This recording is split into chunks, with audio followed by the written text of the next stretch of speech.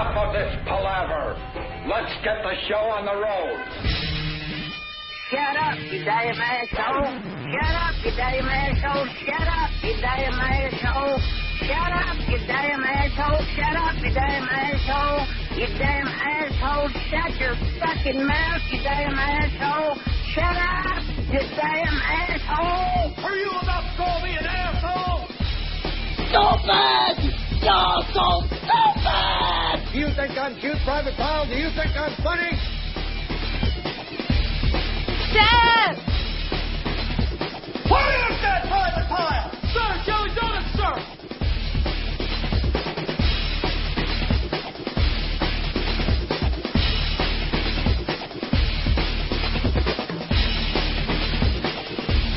Mr. Gorbachev, tear down this wall.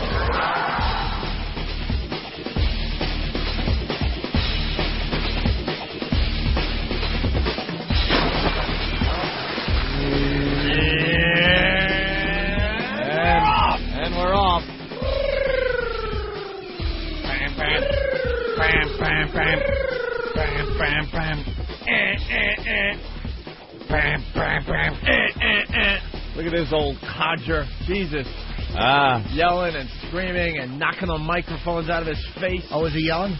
Yeah, he was all miserable. The guy that got finally got convicted for that racial crime back in the 60s, was it? Yeah, I think 64. So. 64 it was? Philadelphia, Mississippi. Ooh, yeah. That's, boy, that guy is on the oxygen. They wheel him in. They don't care about time passing by. It's not like, well, enough time's passed by. Perhaps his ideas have changed. No, he looks like string him up. He's still, looks like he's still a hoot. Oh, yeah. Looks like he's still a feisty old codger. Yeah, he is. Yeah. And he has these huge black policemen protecting him. Yeah, I know. I'm sure a lot of the black cops kind of wanted that detail, like, let me, I want to be walking next to this guy when they roll him into court, I think it's like an empowerment thing. He's there in the wheelchair, rolling in to be convicted. Cop, black guy cop, I'm sure the guy in the wheelchair there never imagined that would happen. A mongrel class of people. Yeah. And ask them if they want to help save this country from the onslaught of integration. The system is they want to throw white children and colored children into the melting pot of integration, out of which will come a conglomerated, mulatto, mongrel class of people. Both races will be destroyed in such a move. I, for one, under God, will die before I'll yield 1 inch. That kind of a movement. There you go. Here, here. Here, here. Exactly. A mongrel. All right. Well, that video's all over the TV today. And then the crash of the morning. God, we love this in New York City, and I'm sure you have one in your fine town, wherever the hell you're listening. This is a bad one, though. This was a horrendous one in, what was it, Jersey, I guess? Yeah, I think so. Every morning we go into the office for the new listeners, and we watch the local news, get the show ready, whatever. We're shooting the shit and stuff. And every morning they have the crash of the morning, we call it. Yep. Obviously, in the middle of the night, there's some shit going on the highways, man. And then they kind of do a good job of clearing it off before it really gets into the rush hour. Yeah, we lost one of our fellow truckers because I guess this was a fatality and everything. Yeah. Basically, the guy was carrying what?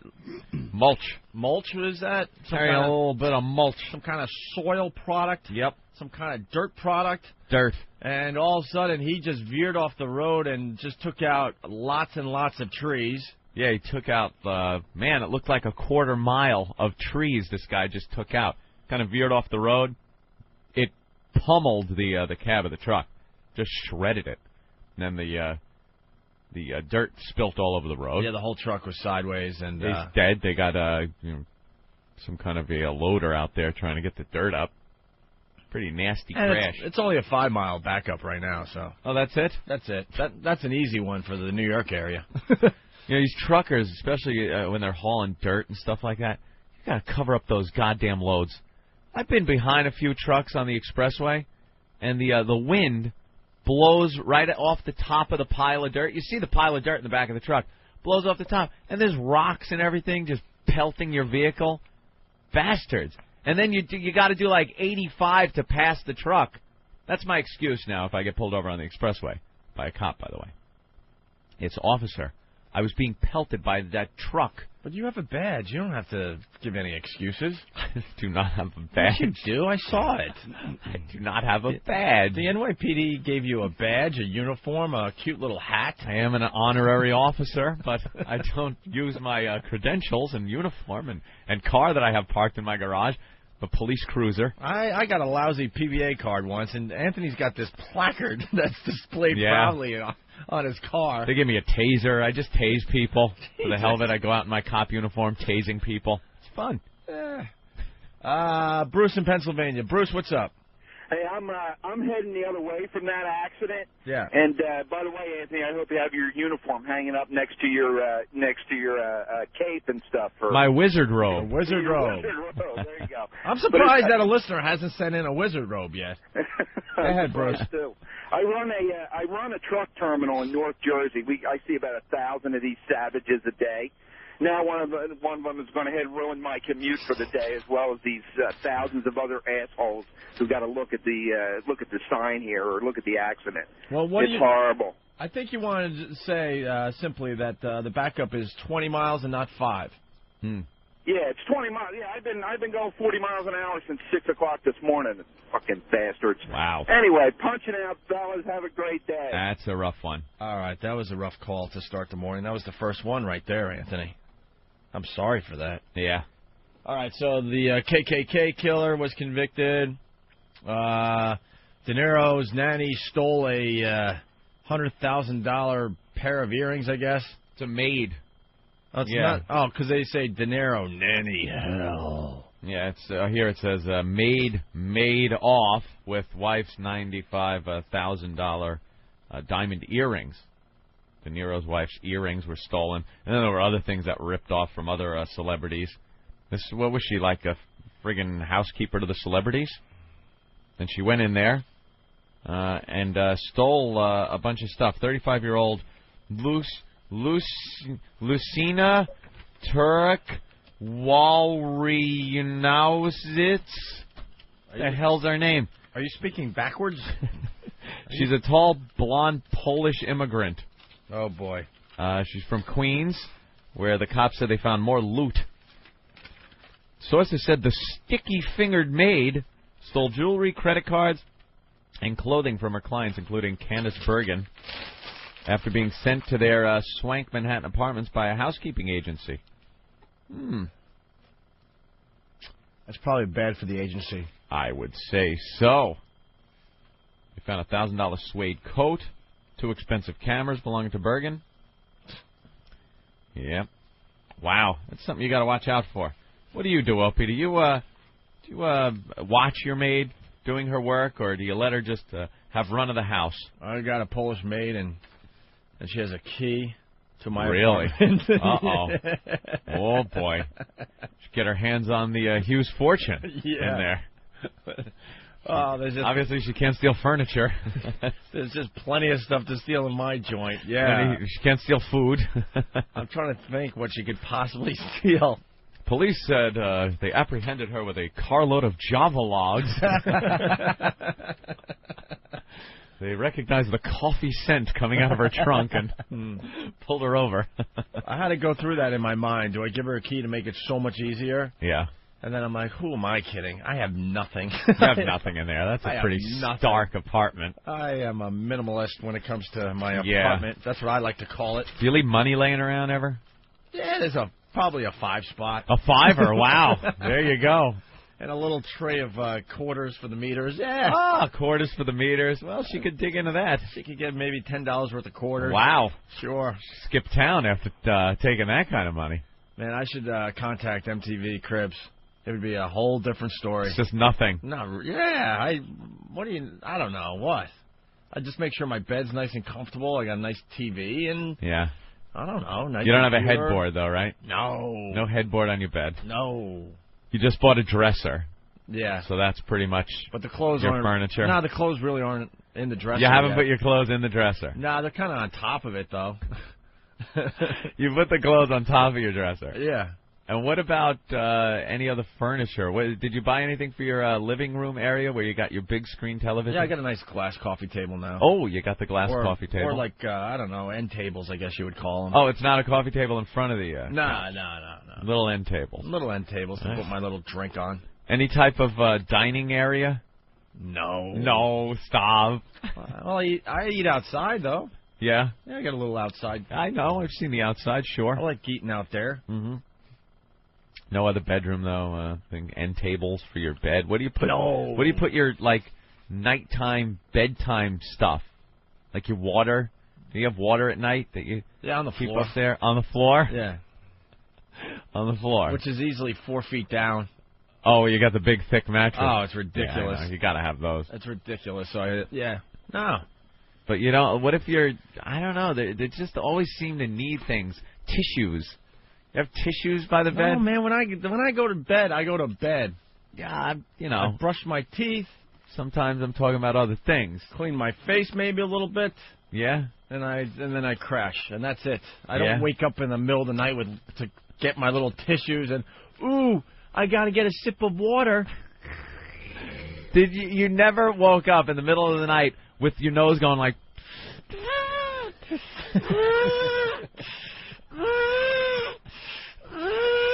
and just, it's keeping you awake. You got to launch that rocket. Because you have a bat in the bat cave? Yeah. There's a boulder up there. That is cleverly disguised as a little kid's whistle. I'm trying to sleep. It's like...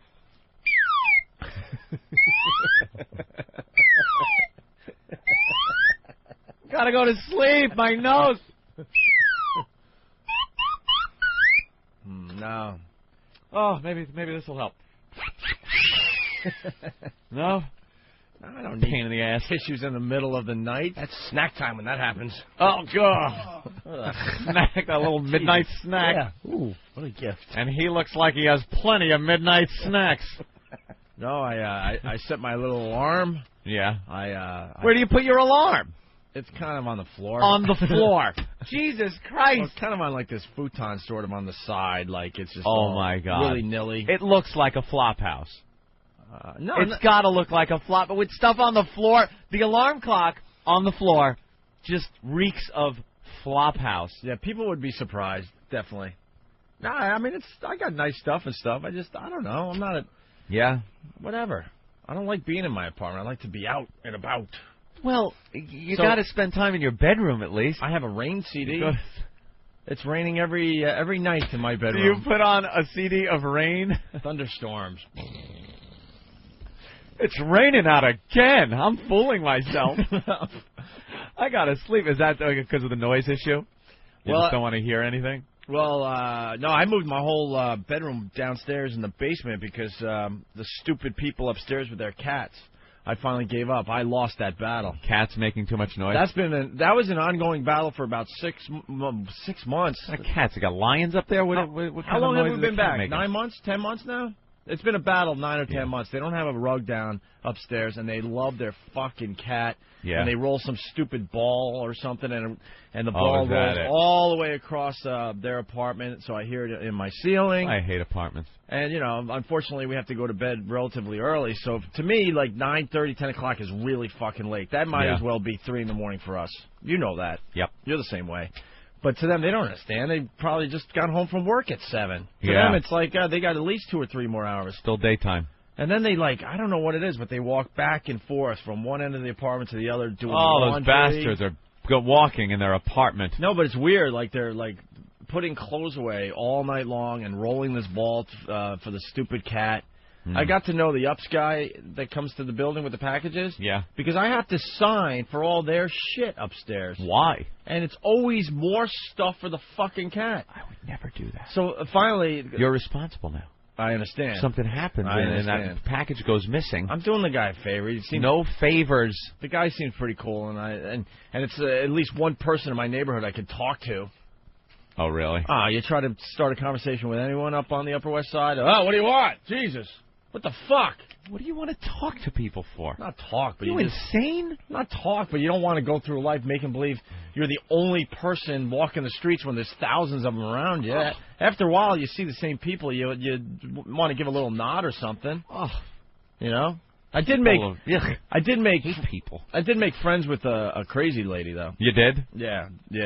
Made friends with the crazy lady, so that's good. What, like a homeless or one of those crazy rich ladies? She might be on the show soon, actually. She used to be like a prosecuting attorney back in the day, like in the early 70s. Unless this is part of the gag. Part of she's insane? I don't know, but I like to go to like the Starbucks in the morning and. What are you, a movie or something? What? You go talking to old people, find out their story. Dude, this is my thing.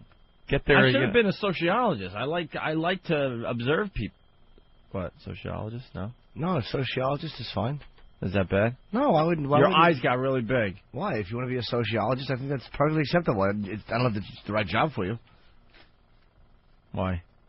Like, why? What did I do wrong? Actually, nothing. You're just surprised I said that? Yeah. Why? I don't know. I've always butchered it and said sociologist, but what did I say? Sociologist. And what did you say? Sociologist. What's the difference? Well, that's very close. Soch. Yeah. Hey, I'm not trying to be silly. Holy crap! You're going to abuse me on that? No, I'm not abusing you. That is slight. I'm not abusing You you. fuckface. Oh my God! I butcher a lot worse than that. This is sociopathic. That wasn't butchering. That was trimming a little fat. I didn't accuse you, but wrapping it up in wax paper. I should have been one of those people that likes to observe the society and the people that make it up. There you go. Anyway, the ups guy, really fast. He's on to the gag with the people upstairs with the cat stuff. I had a sign for this package. I can't even imagine what it would be. It's huge and I even said to the guy, more crap for their fucking cat, and he starts laughing because he knows too. Yeah. He's always making deliveries for this stupid cat upstairs. Cat, yeah, it's catnip.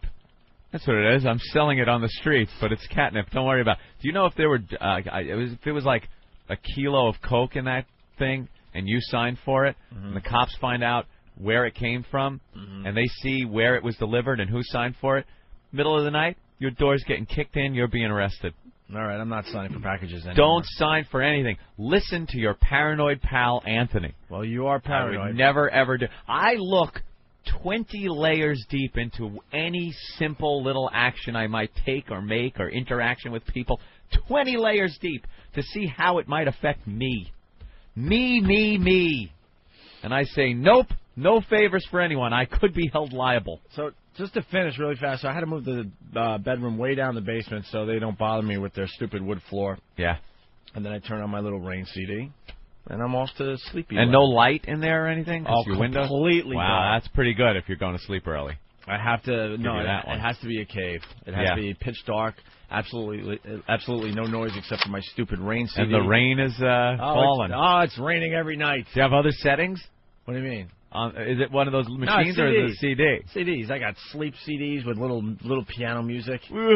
Little tiny piano music. Does the rain change to drizzle, or is it constantly? Yeah. You gotta find the right Rain CD because there's some out there that all of a sudden you don't want that. Huge thunderclaps and that wakes you up in the middle of the night. Like, what the fuck was that? Yeah, you gotta get one that's kind of even throughout the whole thing with little subtle thunder in the distance. Yeah. Yeah. I don't have any of those. I go to sleep with the TV on.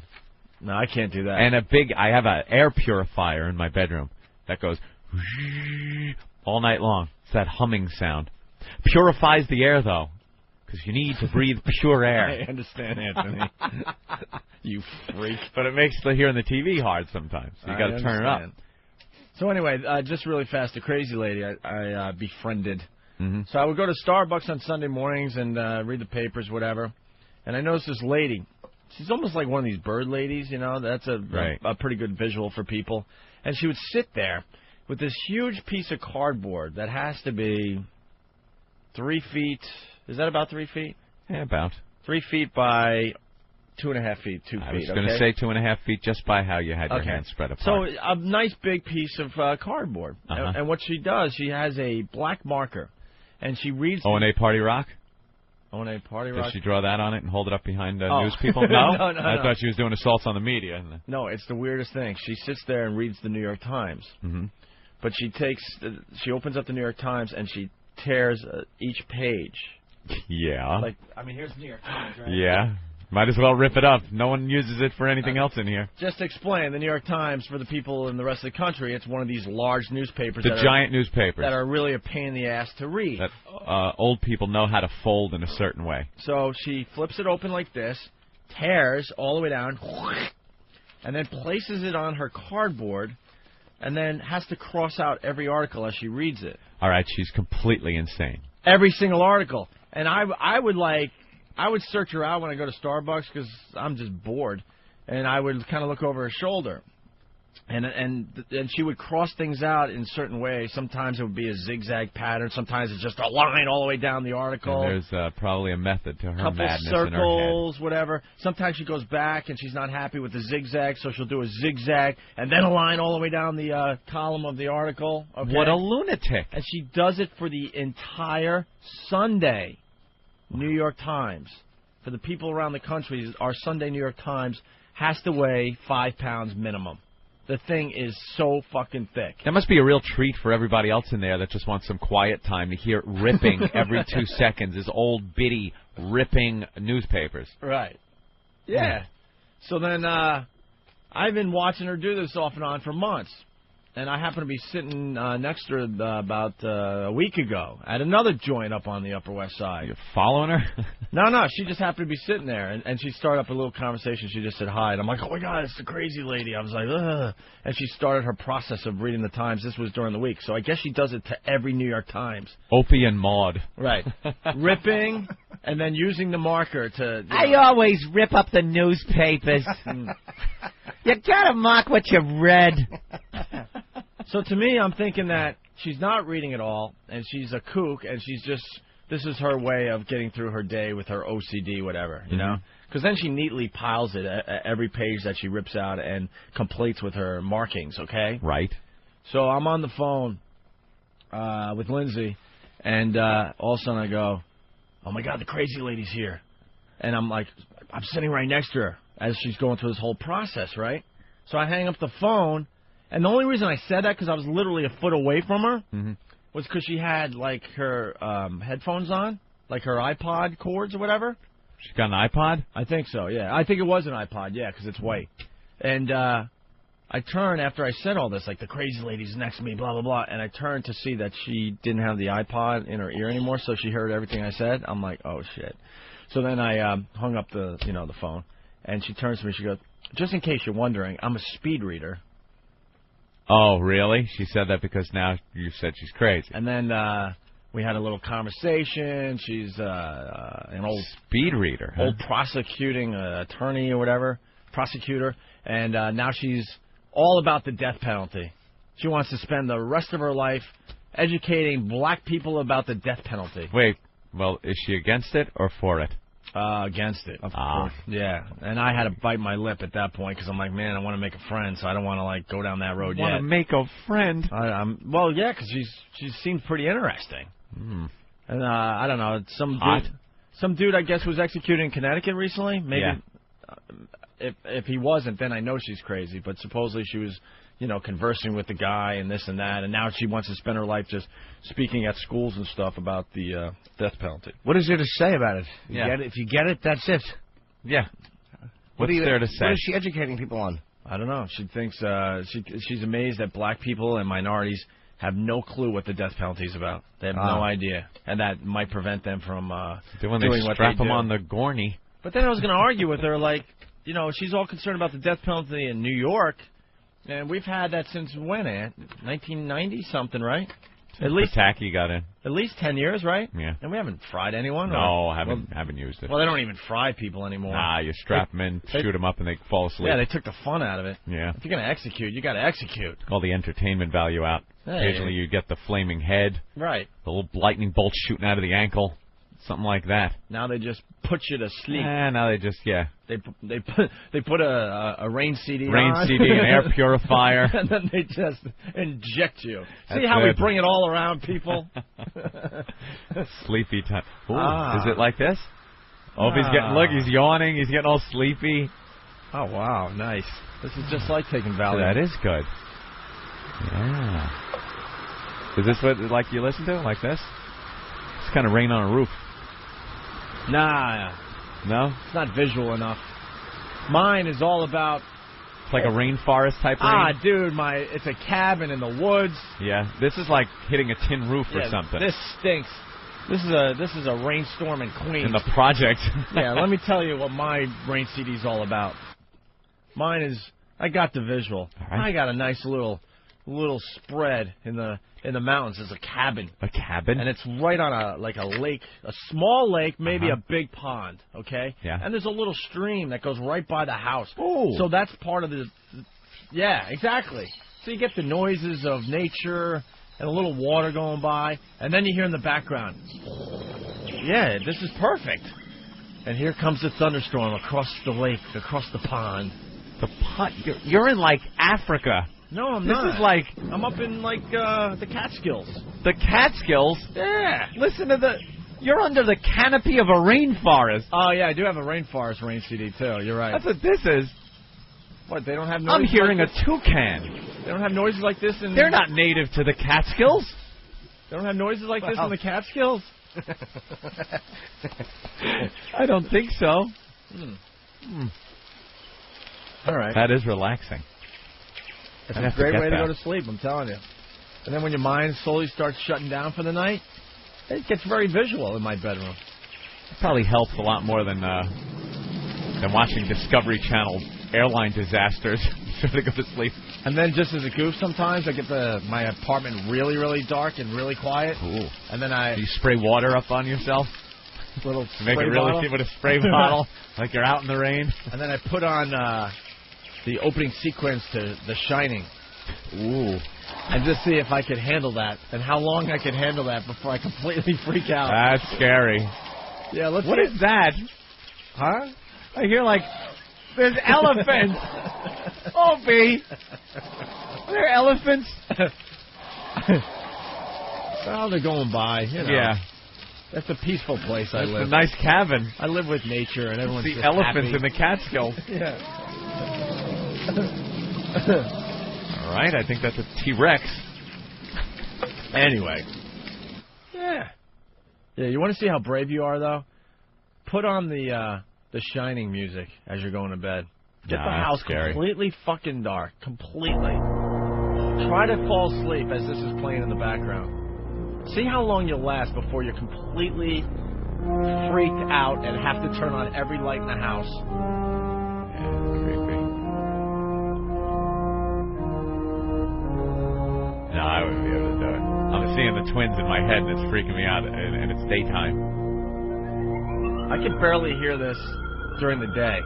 Imagine in the middle of the night, just as a goof, you put this on as you're sleeping.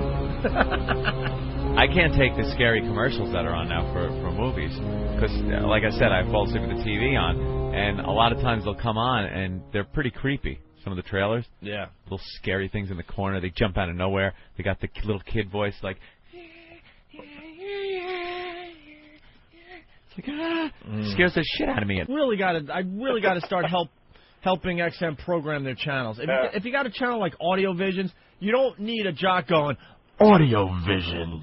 Right. Because it's all that background music that is supposed to be background music. Right. Like, it's like Yanni, Kitaro. Just let it play. What have you. Very, like, trippy, mellow music, you know? Mm-hmm. But all of a sudden they have to identify the channel, even though you know on your display, Audio Visions. Right. So you're in the middle of a nap or something, listening to this in the background, and all of a sudden they pipe in. There's been a couple times I forget to put the timer on. Yeah. And I'll wake up to birds chirping. They got some kind of thing going with birds, all different kinds of birds, and a little bit of music in the background. They'll play birds chirping on. Oh yeah. Maybe XM has too many channels. No, I'm starting to think maybe there's too many channels. Actually, when I go off and do some of that reading, I bring my MiFi and I throw the audio visions in the background, so I don't have to hear the people around me yapping about their stupid lives. Really? That mean absolutely nothing to anyone except themselves. And there's just birds and music and lightly in my ears instead of some lady talking about how her kid is the best and all that. Ugh. How about that? And then I do fine-tuning in audio visions, yes. Those two are I listen to that one once in a while, too. Those two are great. All right. Thanks, man. All right, punch it out, guys. Bye. Was Ant 20 layers deep into St. Pat's thing? What does that mean?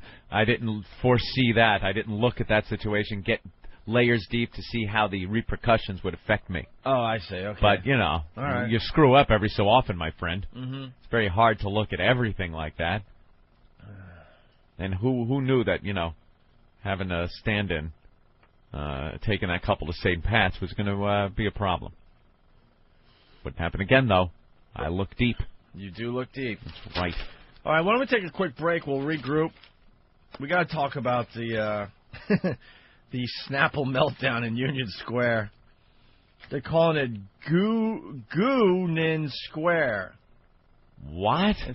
That's a stretch. Union Square? Instead of Union Square. That's almost impossible to say. I know. Take it away, Jimmy. I didn't say goon, did I? I said goon. No, not you. All right, I'm just scaring me again. There's other letters you might want to put in that little for different stories that might pop up. All right, we're going to take a quick break. I know, I was trying to come up with a good situation. What are they talking about? I don't see any little animals with dark circles on their eyes. Wow. Wow. Oh, you know what? When we get back, we got to talk about the missing scout that they found there in New York. Look at that. It's a miracle, Opie. Well, we got to play the clip of the mom. Very happy for the family, but stop. The little boy is back safe and sound. You'll understand after you hear the clip of the mother and what we're getting at. Okay? Another woman who's only thinking of herself and maybe not thinking of other people. It is a natural impulse to grab and squeeze the breasts. No shit. Real soft. Almost like pudding. Yes. A hard piece of ass. Quite a handful. Yeah. The nipples are so sensitive that a mere tweak between finger and thumb will give a perfectly good result. The Opie and Anthony Show. In case you didn't know.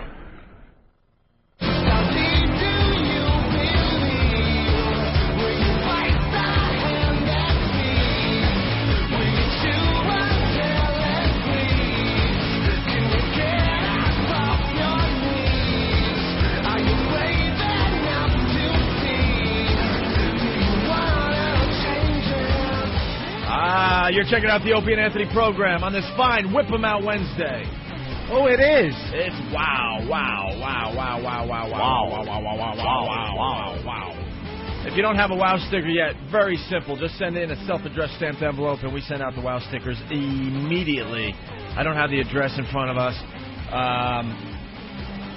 But you can go to opieandanthony.com, and the address is there somewhere, all right? Right. Very simple. You throw the wow in your car. If the ladies feel like it, they will flash you as you're driving around. It's been working like a charm for many, many years.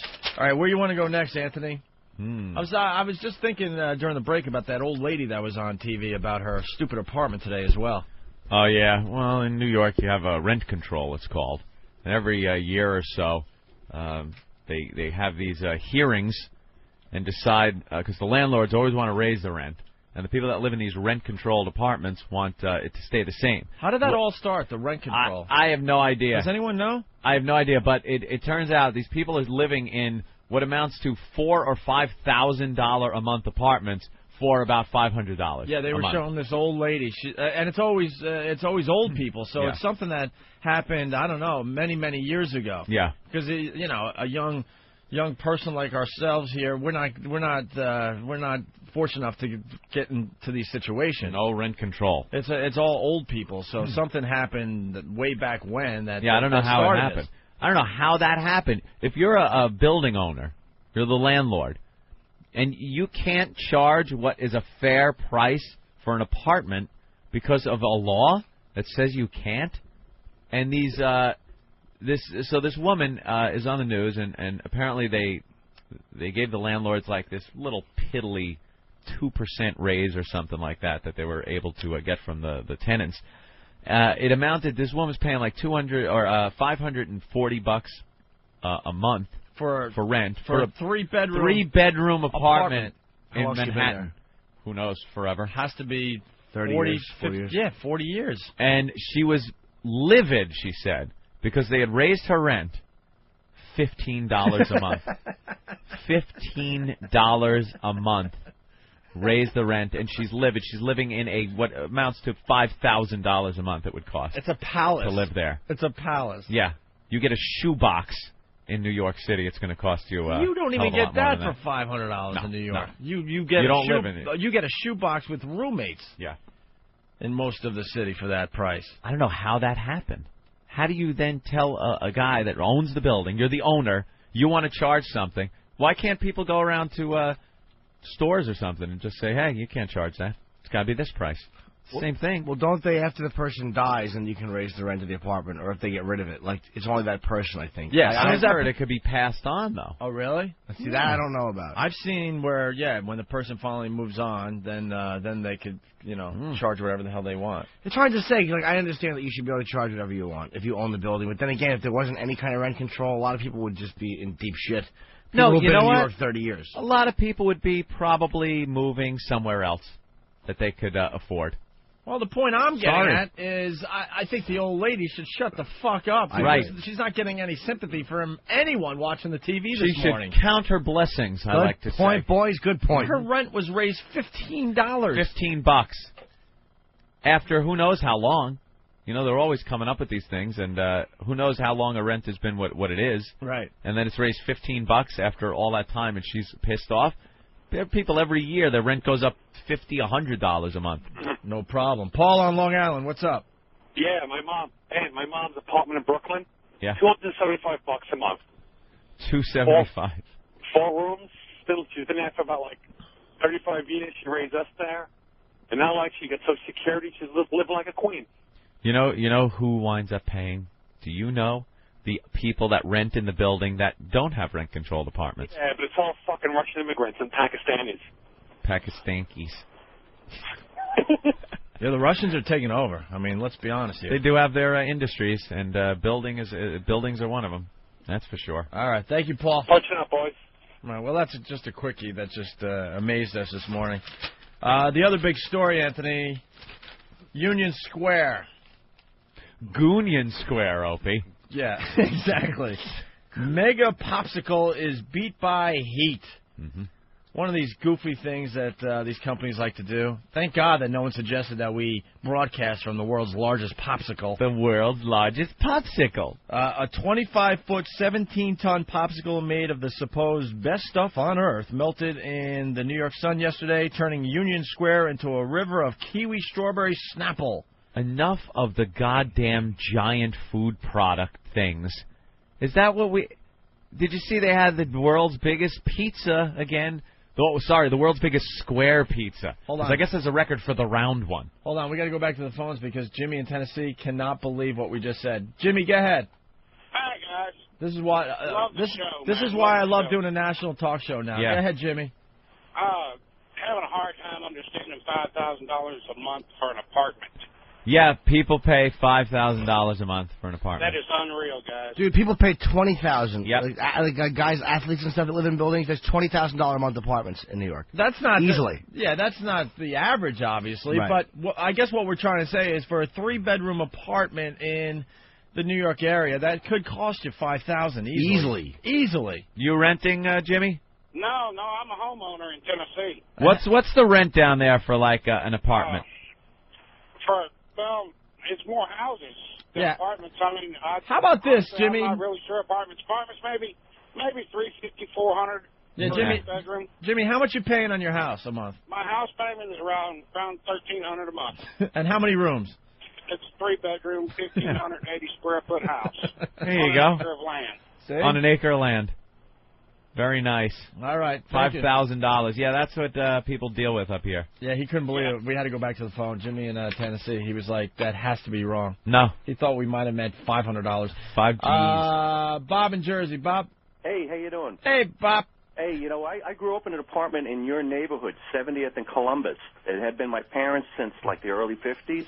When my father finally passed, he was paying $75 a month for a 3-bedroom apartment. Oh, my God. And, in fact, to get him out, the landlord paid him $150,000. Right, it's worth it to him. Because once he left, then it wasn't rent-controlled anymore. Yeah, there you have it. Yeah, the landlords will do all sorts of stuff to get you out of there. But my friend owns a building. He said they do that sometimes. You just give the guy cash to leave. You just give you a bag of cash and say, just go, and they go. It's worth it, yeah. All right, Bob. Can you imagine $75 a month? All right, getting back to the Snapple faux pas, Anthony. So they try to do this world's largest popsicle, and you're saying enough with the big food. Does anyone really care? Does anyone care that a company makes a giant Pop-Tart or giant pizza, giant hamburger? Who cares? And it's not real. I mean, like when they make the giant hamburger, it's not a giant hamburger. It's a lot of little hamburgers making a giant hamburger. That's what they did with the big square pizza, by the way. It was a bunch of regular slices of pizza put together to look like a giant pizza, and then they had people come up and eat it. So they grab a slice. It's not a giant pizza. No. You want to if you're going to set these records, you need a giant oven, a continuous crust that is uncut. Somehow you have to work the dough. Right. You know? Yeah, you're going to have to work the dough somehow and spread it out, put the sauce on. Your sausage, little sugar, wine. I have to cook for a whole city. So the Snapple people got this great idea. They're getting a lot of publicity today. The world's largest popsicle, 25 foot, like we said, 17 tons. Mm-hmm. And the thing, obviously, because it was like 90 degrees yesterday, started melting like crazy as they're trying to get it off the truck. Great place to do this. And what the hell were they going to do with this? It's just a big block of frozen Snapple. A sticky block of ice and sugar is what it was. And then they had it on a truck, and it looked like the truck it was a dump truck kind of thing. Mm-hmm. So they tipped it up, thinking this thing was going to slide out, and just this liquid came pouring out, and they looked very concerned. They came running to the back. It turned into like a little pond down there. Yeah, it was a pond of sticky mess. And then what happened, now all this sticky mess is all over the street down there in Union Square. Bicyclists wiped out in the stream of goo. Pedestrians slipped and fell. Yeah. And traffic was, frozen. Oh, boy. Oh, that's terrific. That's exactly what it says in the paper. Traffic was, frozen. Yeah, it was very slippery, and they showed some bicyclists falling on their asses. It's good to know that they failed, just like I failed back in the day with the smallest kite thing with my fellow students. Oh, there you go. At Oldfields Junior High, Anthony. Snapple officials had hoped to get in the Guinness Book of World Records and promote their new line of ice treats. Instead, New Yorkers got a first-of-its-kind, first day of summer mess. Mm-hmm. That's good, though, because that won't attract rats or anything else. I was just thinking that. Down in the sewers, all that sugar. Oh. It was a big boo-boo, said Kizzy Vasquez, 28 of Manhattan. Kizzy? Jesus, before she spit in the water of a white lady and handed it to her? As she watched the mammoth pink pop ooze while someone with a sick sense of humor blasted Cruel Summer over a sound system. Oh, what's so sick about that? Yeah, that's sick, man. That's sick. Oof. They should have had that up before the sun came out, whatever that means. I guess it would have made a difference if they did this before it got Wouldn't really have melted hot. as they were taking it out, probably. I guess so. No. And all over all the wiring and stuff that's underneath the streets that are always being chewed through by rats. Now they're going to be sugar-coated. That's great. Everything down there is now sugar-coated in the manholes. Mm-hmm. Nibble away. Speaking of world's largest ice pop that's drippy, where's Ben? We got to get him in here because another giant delicious treat. He went down to the CBS-FM Oldies rally yesterday. We got to get into that as well. I'm just seeing if there's anything else worth talking about in this article. It's a tough break, said Stuart Claxton of the Guinness Book of World Records on the sticky scene. The Queen of England watching Ozzy. That's interesting on the news. What was she watching Ozzy for? It looked like she was digging it. Yeah, of course. There's probably some... the it was kind of, I was going to say funny, but it's not funny. But the damn firefighters had to hose down the street. Yeah, they're called in for this, the firefighters. So there's a big fire truck there, and they're hosing down the streets, trying to get this gooey mess off of there. Yeah, that's what they want to do. Yeah. While they're on their jobs there. Yeah. Hose down the street because a big popsicle was melting. Like they don't have better things to do with their time. Right. They got to now go out there because a popsicle melted and spray the road down. Great. So there you have it. Wonderful use of our resources. Another huge story in New York today. Where's Ben? Let's get Ben in here and the rest of the gang. They went down to the CBS-FM Oldies rally, Anthony. You want to set this up again? We lost our oldie station here in New York, and it turns Flip out to the jack format. It turns out no one really cares. No one cares except for a handful of people that lived for CBS-FM, the oldie station, and they flipped formats. They went to this jack format. Jesus, text message coming in. Oh, from Elo? Yes, from Elo. Oh, what does it say? Don't forget to mention that oldies can be heard on the 50s and 60s channels on XM satellite radio. He's good. Jesus. He's good. Enough with the promoting. No one cares, Elo, about oldies. That's what it comes down to. No one gives a flying... What's up, Ben? Pat from Moonachie seems to think the popsicle stuff all washed down into the gutter, the rats eating it. Might be a few poor diabetic rats running around with one less toe, one less little claw on their foot. Are the rats diabetics? All right. And someone else right under Pat goes, Pat from Moonachie cares about giant food. Yeah, big fat people. Those are the only people that care about giant pizzas. People are calling in with their rent. Jay in Missouri, he has 160 acres, 5 bedrooms, $400 a month. 160 acres? In Missouri. 160 acres in Missouri. Wow. Tennessee, Tony calling in, $350 a month for 1,600 square feet. Some dude in Arkansas pays $500 a month for his house. Yeah, people are just shocked all over the country that this is what you have to deal with in New York if you want to live in an apartment. Joe from Jersey. Jim, your sinuses sound terrible. Oh, really? Are you? Let's hear what Joe has to say. Joe, go ahead. Hey, boys. Hey. Hey, I'm just really concerned about our little Jimmy. What's wrong with my sinus? Am I sniffling? Yeah, you sound really bad with your sinuses. I was eating, too. That might have been it. But what do you mean? I'm breathing okay. Yeah, the last couple of days. Oh. I don't know. I think maybe you should just go back to the blow and call it even. Might clear you out. I have to go get sinus surgery. Oof. It might be Ben's hog trying to breathe. Trapped in those pants. Trapped in those. Thanks, sir. All right. Let's go to Dan in Iowa. Dan, go ahead. Hey, what's up, guys? What's up?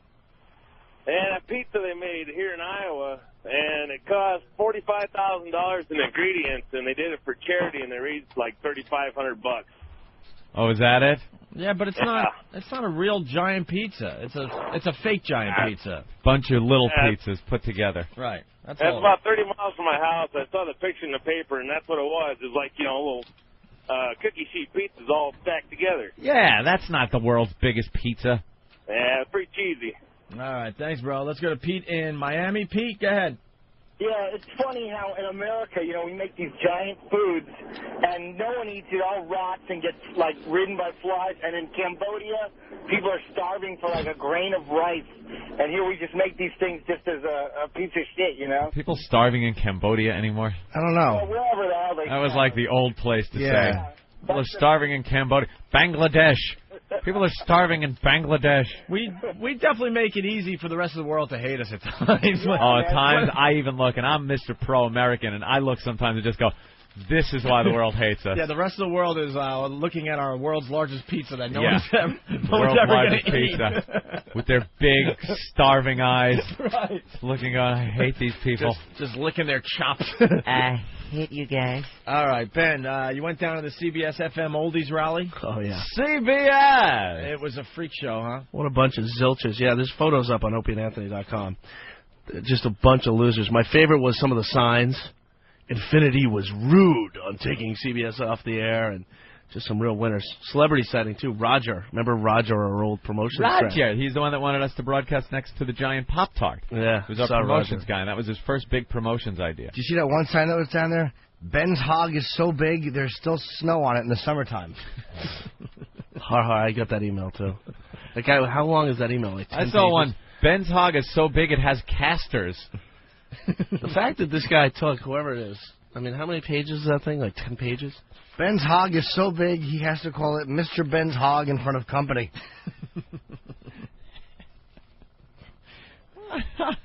Ben's hog is so big, it won't return Spielberg's calls. Ben's hog is so big, it graduated a year ahead of him from high school. Ben's hog is so big, there was once a movie called Godzilla versus Ben's hog. Ben's hog is so big, clowns climb out of it when he comes. So this is what we're going to do all day? Ben's hog is so big, it has an elevator and a lobby. Ben's hog is so big, it votes.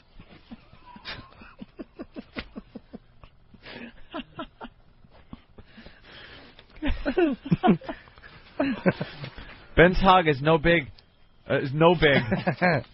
no matter where Ben goes, his hog always gets there first.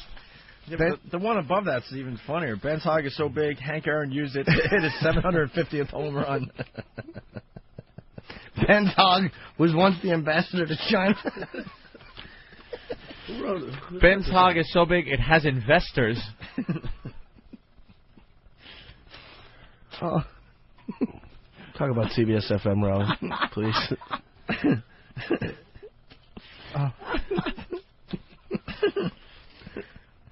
Ben's hog is so big it has feet? Jesus. Ben's hog is so big it has an opening act. Let's see. Ben's hog is so big it uses a hula hoop as a cock ring. Ben's hog is so big, King Kong is going to crawl up it in the next remake. Ben's hog is so big it has to cook. He has to cook it breakfast in the morning. Ben's hog is so big it can fucking elevator shaft. Ben's hog is so big the city had to carve a hole in the middle of it so cars could get through. Ben's hog is so big it needs an airplane warning light. Ben's hog is so big it has its own Wheaties box. Hawk, you want to read one? Why don't you read one? Oh, come on. Why don't you jump in and read one? Be fun. First of all, Jim, it's E-Rock from now on. E-Rock? E-Rock. E-Rock, why don't you read one? E-Rock, I like E-Rock. E-Rock. E-Rock. Nice. Right, E-Rock? E-Rock hates E-Rock. Oh, read one. Read one. There's only 100 of them. I know, Jesus. Wow, there's way more than 100, actually. The inside of Ben's hog contains billions and billions of stars. Ben's hog is so big it has elbows. Ben's hog is so big that we're all a part of it, and it's a part of all of us. Ben's hog is so big it violates 17 zoning laws. That's a good one. That's funny. Ben's hog is so big it has stairs up the center like the Statue of Liberty. Ben's hog is so big he was once in Ohio and got a blowjob in Tennessee. Ben, you want to read one? No, thanks. I saw last night. No, thanks. Hawk? E-Rock. Get it straight. Oh, come on, read one. You got to read one. What are you shy for? Yeah. Stop being sheepish. You're not a sea lion. Ben's hog is so big it plays golf with the president. Hawk. E-Rock. All right. We have plenty of those. We'll go back to the Ben's hog one-liners in a little while. Bring back New York City's best oldies. CBS-FM, the greatest hits of all time. One of the many signs down there.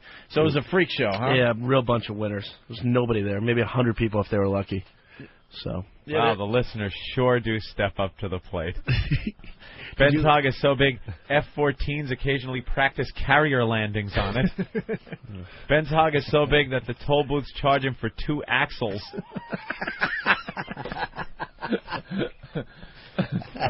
Ben's hog is so big he's required to pull over at way stations on the highway.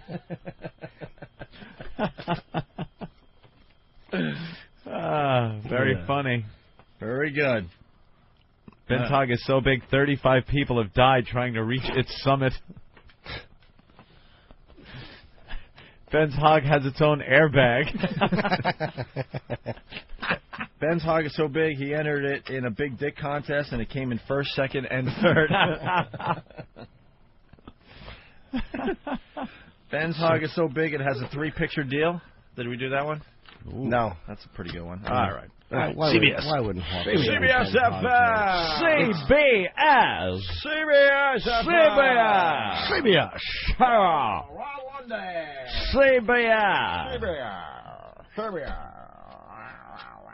People just been torn up about this. Their loss of the... very funny. Very good. Ben's hog is so big, 35 people have died trying to reach its summit. Ben's hog has its own airbag. Ben's hog is so big, he entered it in a big dick contest, and it came in first, second, and third. Ben's hog is so big, it has a 3-picture deal. Did we do that one? Ooh. No. That's a pretty good one. All right. CBS. Why wouldn't Hawk? CBS-FM. CBS. CBS. CBS. People just been torn up about this. Their loss of the Oldies station in New York. And I guess they finally got together a rally. Did you look at the pictures? Oh, I looked at some of the pictures. They're up on Foundry. Very funny. There was one dude that was bald, but he had like long hair and he had it combed over, and he was like the man guy. Was it a skullet? Did he have a skullet? Yeah, exactly. Or is it the big, long, sweeping comb over? No, well, he's in a photo. He's on there. Yeah. But he was like, save the oldies, man. Man, you gotta save the oldies, man. And he was all against satellite radio. He's like, of course. You know, he was anything the future he hates. Anything new. Anyone that listened to that goddamn CBS-FM for more than 2 seconds, they don't like anything new, anything different. One person, what was their sign? It was like their life. You've taken away our life or something. How about this? Buy the Dick Clark collection. Shut the fuck up. There you go. That's a good point. Yeah. They got compilation discs all over the damn place. Yeah. Unbelievable. I see some signs. Hit the road, Jack. Well, they were chanting that. They were singing that. Oh, they were? And the best part was Joe Hollander, was the boss of Infinity. He walked by and none of them even knew who he was. There's the big boss. They could have had the guy's ear. The boss. It's like having a problem with your computer and Bill Gates walks by and you could actually say, what the fuck's wrong with Windows? That's what this guy is, Joel Hollander, and they didn't even know. They didn't even know who he was. Yeah. These idiots are sitting there protesting. He walked by, he checked out everybody's sign. He's checking it all out. Yeah, we love Joel Hollander, and Joel Hollander loves us. But unfortunately, there's a radio genius. There's a bunch of people still in the company that absolutely hate the Opie and Anthony program. But if it was up to Joel, he would be giving us some primetime slots all over the country. Get over it.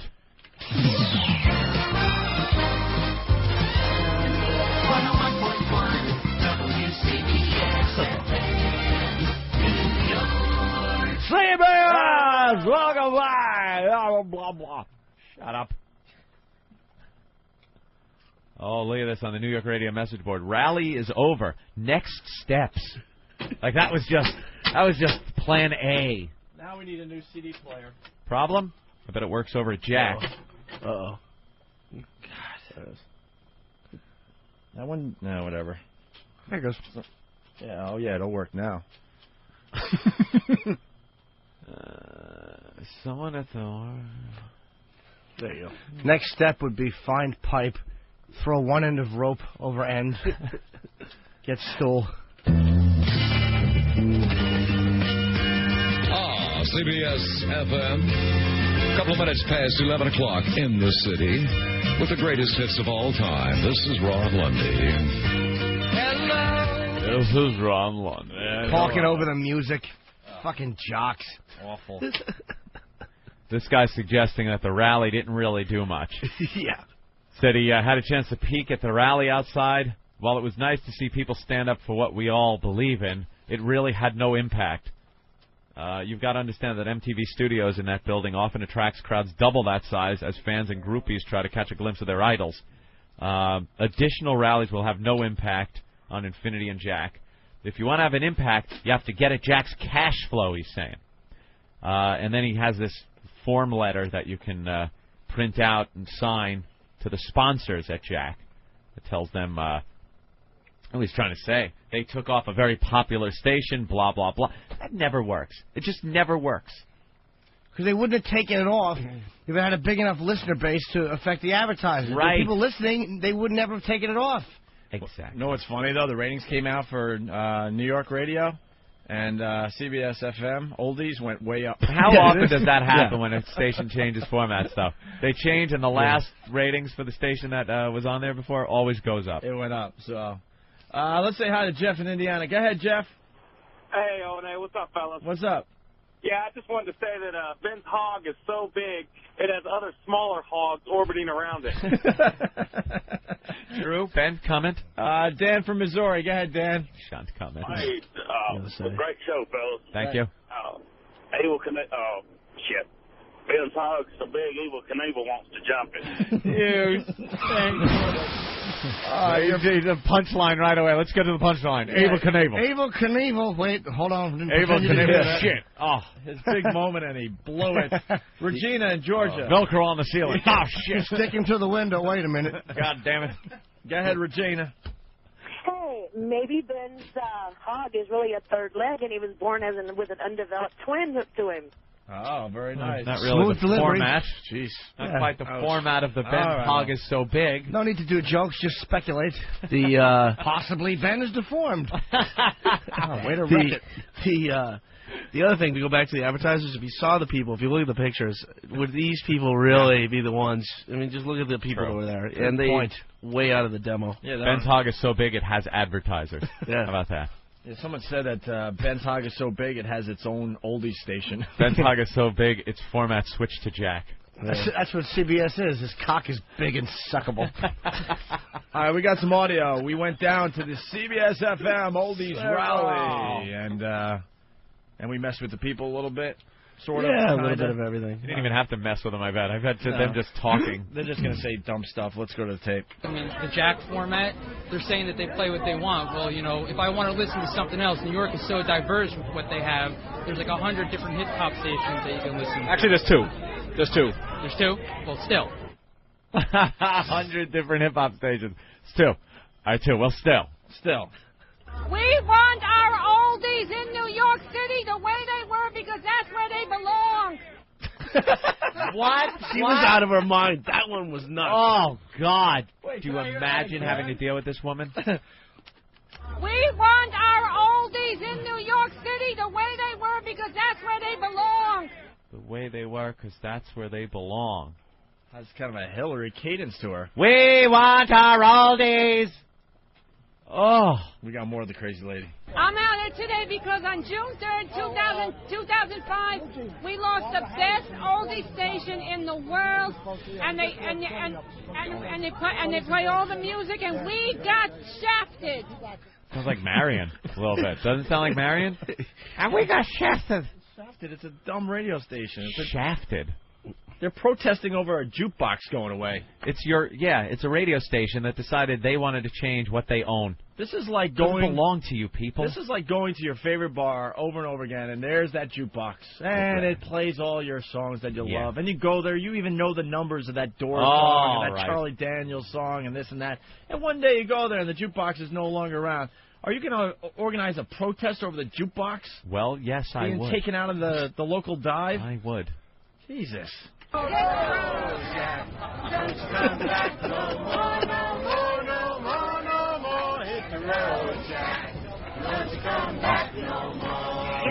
you damn asshole. I am stupefied. Shut up, you damn asshole. Shut up, you damn asshole. Shut up, you damn asshole. Shut your fucking mouth, you damn asshole. Shut up, you damn asshole. Wow. Yeah, that's what they were doing. They were singing Hit the Road Jack. You know, in the 60s, and I'm a 52-year-old guy, they played a lot of... Wait. Slow down. All right, let's have a contest. Find what was wrong with that statement. All right, let's... Are you shitting me? Holy crap. Maybe I heard wrong. Could you play that again? Because I want to hear something. You know, in the 60s, and I'm a 52-year-old guy, they played a lot of songs over and over again. I see what you're talking about. He sounds younger. It didn't matter. Yeah. Yes, the world is changing, but you don't... People are still alive, okay? I'm only 52. There are a lot of people who do care about the human touch in radio. We're losing that.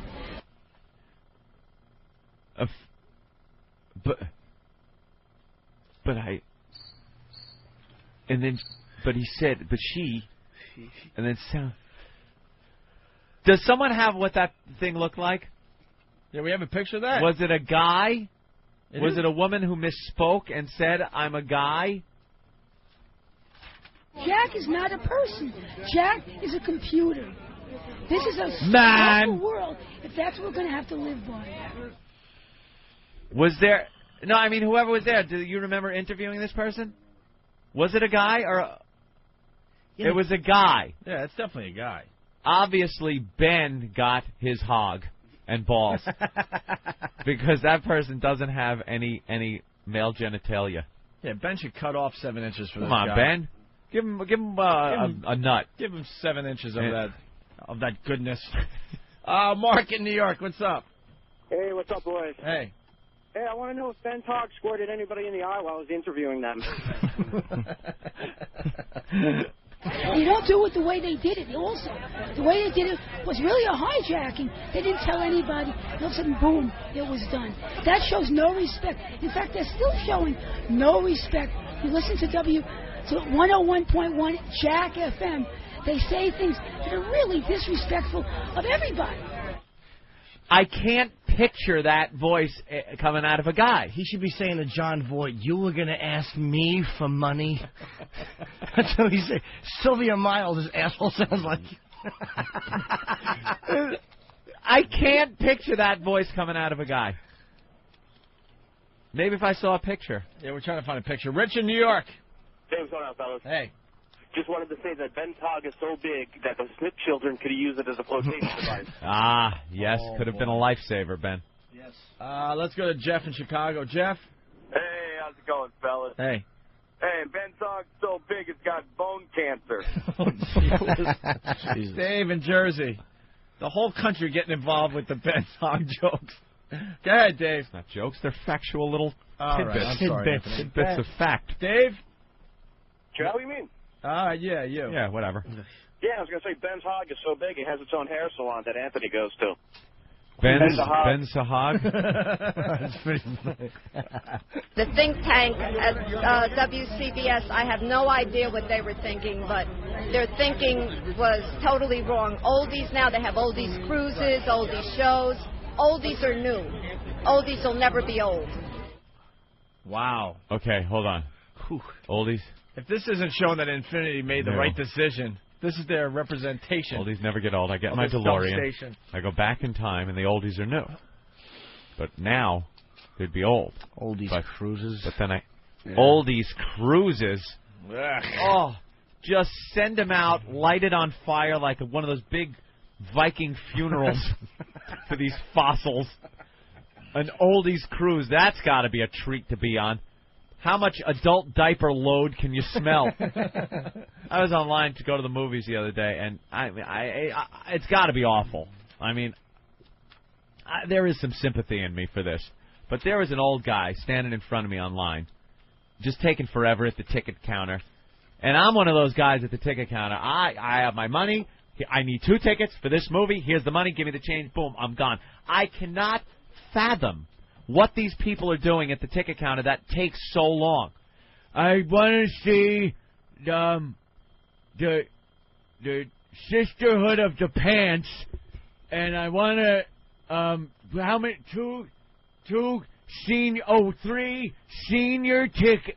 I'm standing there like, you son of a bitch, you should know this beforehand. And wafting out of his pants was the smell of shit and piss in a powdery scented diaper smell.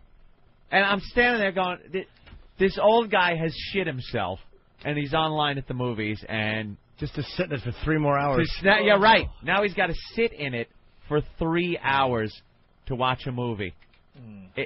And you know, back in the day, I'm sure back in the 40s, 50s, he was probably a go-getter. You know? Now he's sitting in his own shit, watching Sisterhood of the Fucking Pants, whatever that is, a chick flick, with his corpse next to him. Oh. Let's go to David. David, what's up?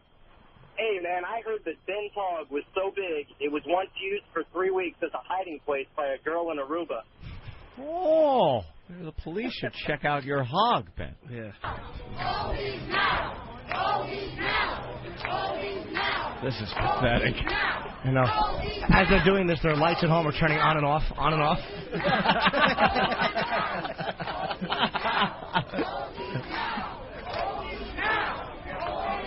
Oldies now.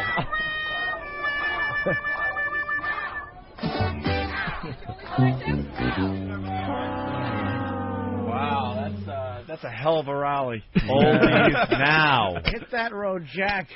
Don't you come back. Oldies now. I'm a radio listener, and I want my Beach Boys, my Beatles, my Monkees, by Earl Lewis and the Channels. I want all my music. He said there are only 2. The Happenings, the Buckinghams, you name it, I want it. Because System of a Down, all that good stuff. Yeah, all that good stuff. I just want it. Mushroom Head, all that old stuff like that, right? Yeah. That's good stuff. Yeah, that's great stuff. Days of the New. Yeah, you got it. Days of the New, Jesus. Everyone here, all my friends, I mean, I'm 26 years old. I grew up listening to this music.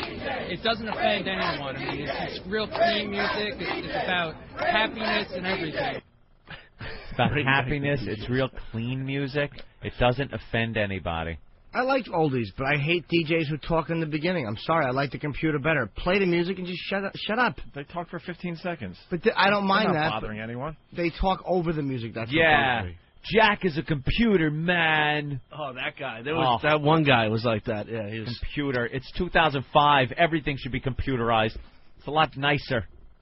A lot cleaner. No filthy people in charge of anything. But the computer is playing people. It's not like it's just playing computer noises. Right. Beedly boop. It's playing people singing. Well, can you tell me what your sign says? My sign says, Jack is whack, give us our oldies back. WCBS-FM 101.1, New York's oldies station. Oh. Got all the names of the DJs. Harry Harrison, Cousin Brucey, Bobby J, Don K. Reed, Bob Shannon, Mickey the Monkeys Dolans, Mr. Bill Brown in the afternoon, Mike Fitzgerald, Randy Davis, and of course, hello, Love Ron Lundy on a Monday morning. How you doing, folks? I think they ought to give us our station back because this is ridiculous. I want to hear the great song that I always love hearing. Where else could you get the Beatles, the Monkees, the Beach Boys, but not to mention some of the lesser-known groups like fucking the Napster, Buckinghams, stupid. the Happenings, Herman's Hermits, the Dave Clark Five. Oh, everybody loves the Dave Clark Five. Everybody. Is Ron Lundy your favorite? Oh, he's my favorite. Can you do some more of an impression of him? Sure. How you doing, folks? Welcome on a New York Monday morning. Hello, love. This is Ron Lundy at CBS-FM 101.1. What you want? I got it for you. He used to say C Beetle. What? That was his Beatles thing? S. C Beatles F. C Beatles S. What? FM. Beatles. That's awful. That guy. SM. That guy should be shown to a glass sliding door with a pillow and a gun and a tape recorder. Oh, it hurts. It hurts. It hurts. I'm dying. See, Beatles S. It's more than just about the music, it's about the memories, because the DJs not only brought you the music, but they interconnected with the fans, and they gave you the stories behind the songs, what was involved. You can't buy those kind of memories. You know, the corporate dollar can only buy you so much. Right. You cannot buy, and say, well, the demographics. I'm not a demographic. I'm a person. he's a person. He's a person. Even the people that they're trying to target to, those are young people. They're not demographics. Yes, They're they not are, numbers. asshole. Now, Yes, I they guess are some people numbers. might argue that since you probably own all this music already, you can just, play it at home. What would you say to that? It's not the same because you don't get the DJs playing it back for you, and you don't get the great memories, When you listen to it, and you listen to a DJ say, hey, remember that hit song from 67? It takes you back. What memory would come back when they play something, say, from 67, like you said? What's your favorite memory? Oh, that's easy. I was very sick when I was a kid. I had polio. And that was when my leg braces came off. I started walking, hopping around. And in fact, I got an interesting story for you. It's real simple. I was very sick. My grandmother said I couldn't speak, I couldn't talk for some reason. So they brought in a TV with a color to try to point out shapes and stuff for me. And at one point, she heard a song coming over from the TV, and it was, Here We Come, in Spanish, walking down the street, the theme song from the Monkees, and she hears a familiar voice, and who's singing that? And it was me. I'm starting to sing a song that I knew nothing about before. So every time she hears that, said, hey, that's the song that got you started talking and everything. I never knew that. I said, those are great memories for me. It has to mean something to me. Cool. That's a good story. Thanks for your time, man. That's a good story. Thanks for your time, you nut. Oh, you guys wimped out. Oh. I would have said, what is wrong your major with you? malfunction, numbnuts? Exactly. Matt in Philly, what's up? Ben's hog is so big, it's a new serious portable unit. Punch now. That's pretty big. Let's go to Maine. Jared. Ben's hog is so big, every time he has sex, it turns into a crime scene. Right? John in Maryland. Hey, guys. Ben's hog is so big, it orders one of everything at McDonald's. Randy in New York. Yo, what's up, guys? Hey. Ben's hog is so big, you have to pay a $7 toll to cross it. Cole in Philly. Cole. Hey, what's up? It's Missouri. Anyway, hey, I got two. Ben's hog is so big, it's got its own gift shop. And Ben's hog is so big, when it performs live at SeaWorld, the first 3 rows will get wet. That's pretty good.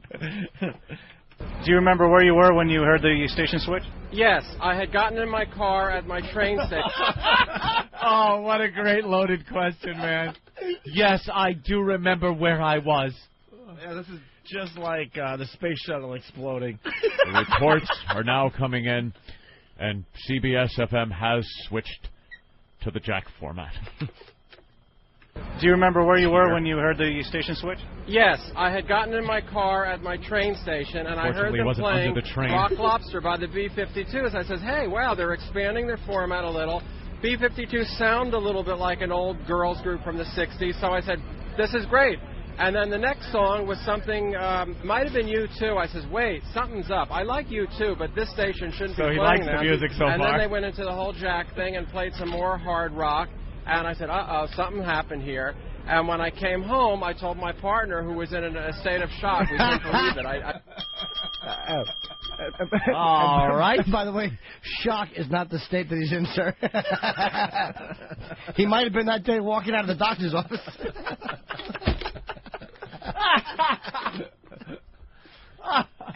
Hey, my partner was so upset he just clutched his robe up by his neck, and I said they switched to Jack, and he said that's what got me in trouble in the first place.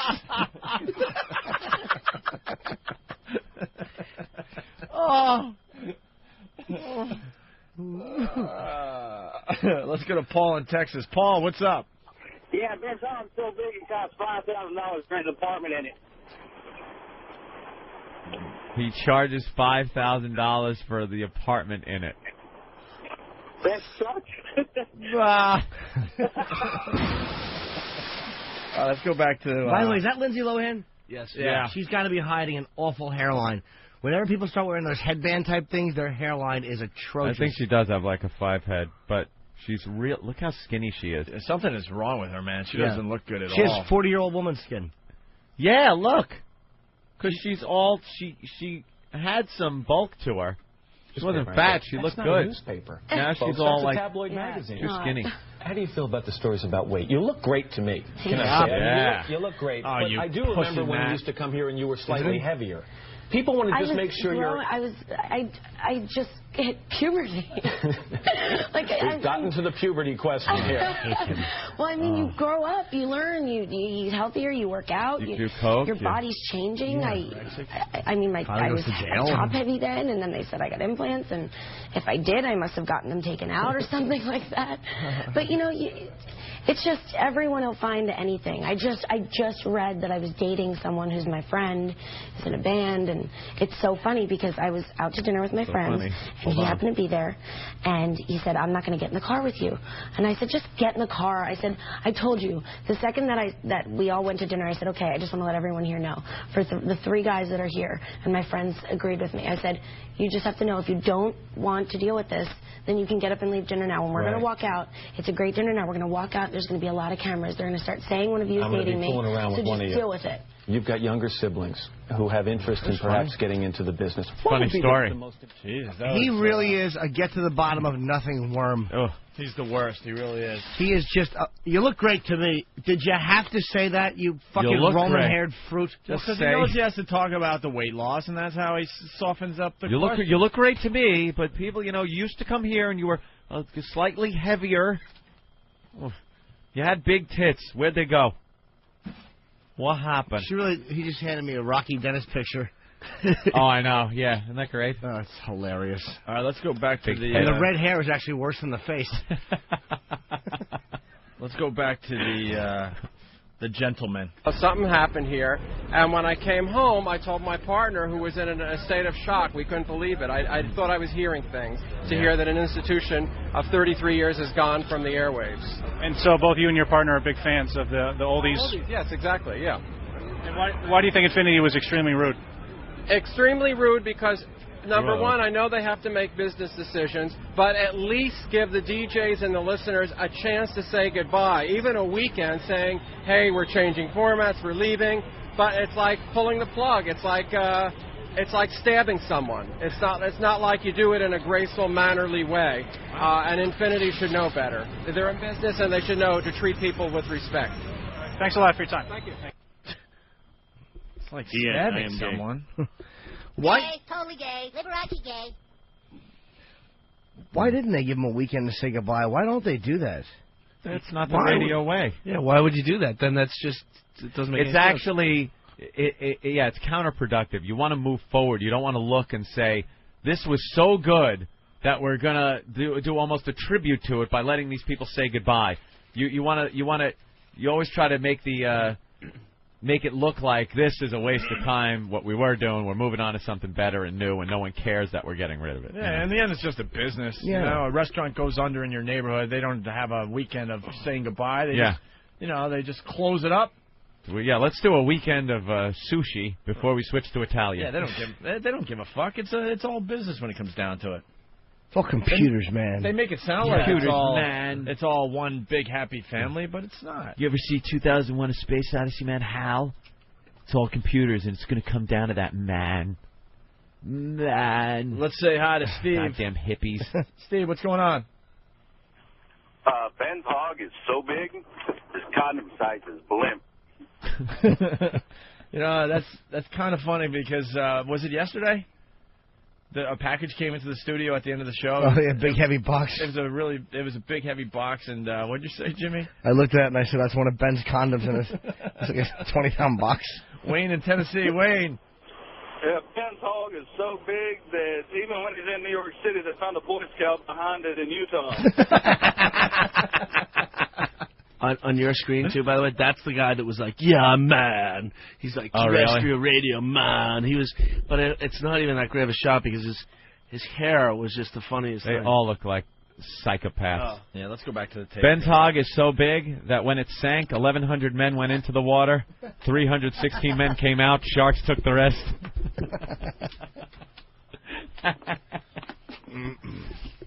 Well, let's go to Ray on Long Island. Ray? Ben's hog is so big when that Ron Lundy talks into it for echo. Hello, Rob. He almost self-destructed there, my friend. He saved himself. The numbers came out Monday evening. Mickey Dolenz in the morning went up. The entire station went up, but in that target area of 25 to 34, the numbers went up. So CBS-FM made a jump. They were making money anyhow. They billed last year at $34 million. That's a lot of money. Yeah. Who knows what Jack will do, if anything? And I'm not happy with this. It's like iPod on radio. I'm sorry, but it doesn't work for me. It's not what I want to hear. I want to be able to hear what's going on in the world. I want to know how the stock market did. I want to know how the Mets did last night. I want to know what my weather's like. I want to know what my commute's like. I'm not going to get that with Jack FM. Read the paper. Read the goddamn paper. On CBS. All-time favorite DJ was Dan Ingram.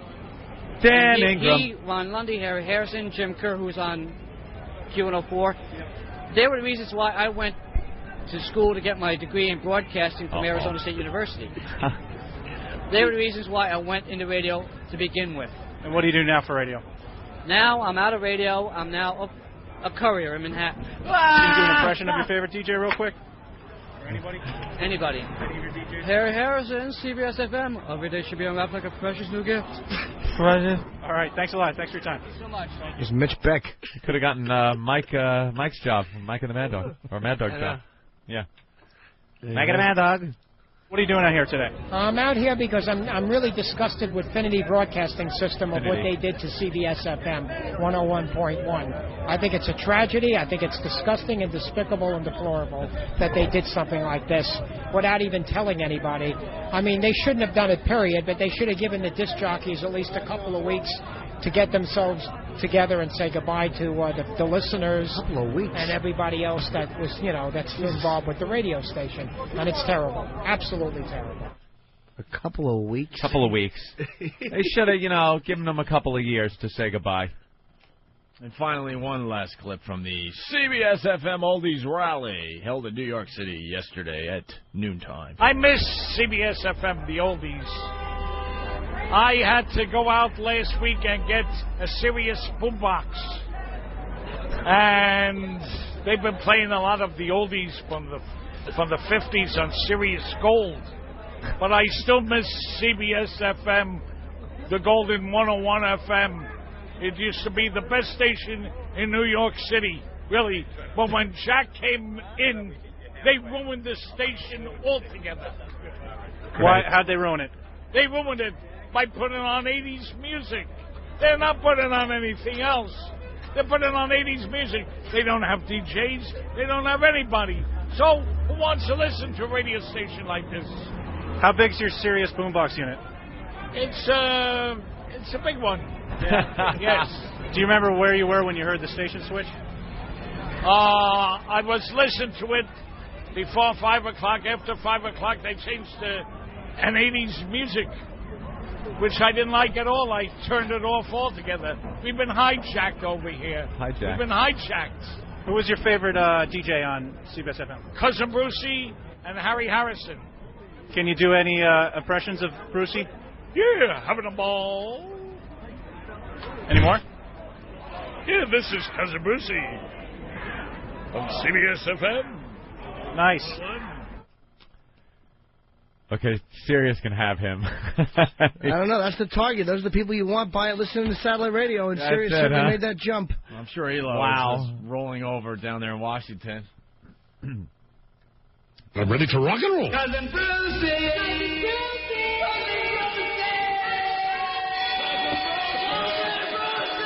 And as we said in the 60s, yee. Testing. Everybody loves the 60s. Say it, baby. Like we said in the 60s, when a thalidomide baby came out with flippers for arms, the doctors went, and I went, and the maitre d' said, sir, you're sitting in the wrong section of the restaurant. There you have it. Like we said in the 60s, that's a whites-only water fountain. We got to get more audio of Cousin Bruce. Great memories. He said some silly things. That's fantastic. What are the rest of them going to do? Sirius hired him, but when was Bruce on? Is he afternoon guy? He was in the evenings? Yep. Oh. Really? Who even knows that? I know. Who cares? I just knew they probably went in and taped everything, right? Well, I can't imagine those old guys sitting there the whole time. As we say right now, my roids are killing me. All right. Was he on for a long time, Cousin Brucey? Oh, my God. Many years there, Jimmy. Long time. Many years. Well, I remember growing up hearing Cousin Brucey on the radio back in the older days. He's gone, and nothing could be done. Let's say hi to Ben in Brooklyn. Ben, They fucking changed formats. Ben! Yeah, Ben's hog is so big when he crosses the street, 2 gates come down and bells start ringing. Mike in Minnesota. Go ahead, Mike. Ben's hog is so big it once fell off the car seat and crushed his foot. Mike in PA. L&A. Hey. How you guys doing this morning? All right. Hey, Ben's hog is so big that if he lays on his back at ground zero, they don't need to build the Freedom Tower. Ooh, that's very big. nice. Let's go to Tail Rider from Whackbag. What's up, boys? Hey. Ben's hog is so big it got paid $500 million for its own Sirius show. And Dave. What's up, guys? What's up, Dave? Ben's hog is so big he had terrorists scoping it out. It's Whipple-Mouth Wednesday. It's Whipple-Mouth Wednesday. It's Whipple-Mouth Wednesday. How about that woman that took his shirt off? It's Whipple-Mouth Wednesday. It's Whipple-Mouth Wednesday. It's Whipple-Mouth Wednesday. Show us your butt there. It's Whipple-Mouth Wednesday. It's Whipple-Mouth Wednesday. It's Whipple-Mouth Wednesday. Oh, this is fantastic. This is definitely beautiful. It's Whipple-Mouth Wednesday. It's Whipple-Mouth Wednesday. It's Whipple-Mouth Wednesday. Cancel your appointment. It's Whipple-Mouth Wednesday. It's Whipple-Mouth Wednesday. It's Whipple-Mouth Wednesday. Stay out the bushes. It's Whipple-Mouth Wednesday. It's Whipple-Mouth Wednesday. It's Whipple-Mouth Wednesday.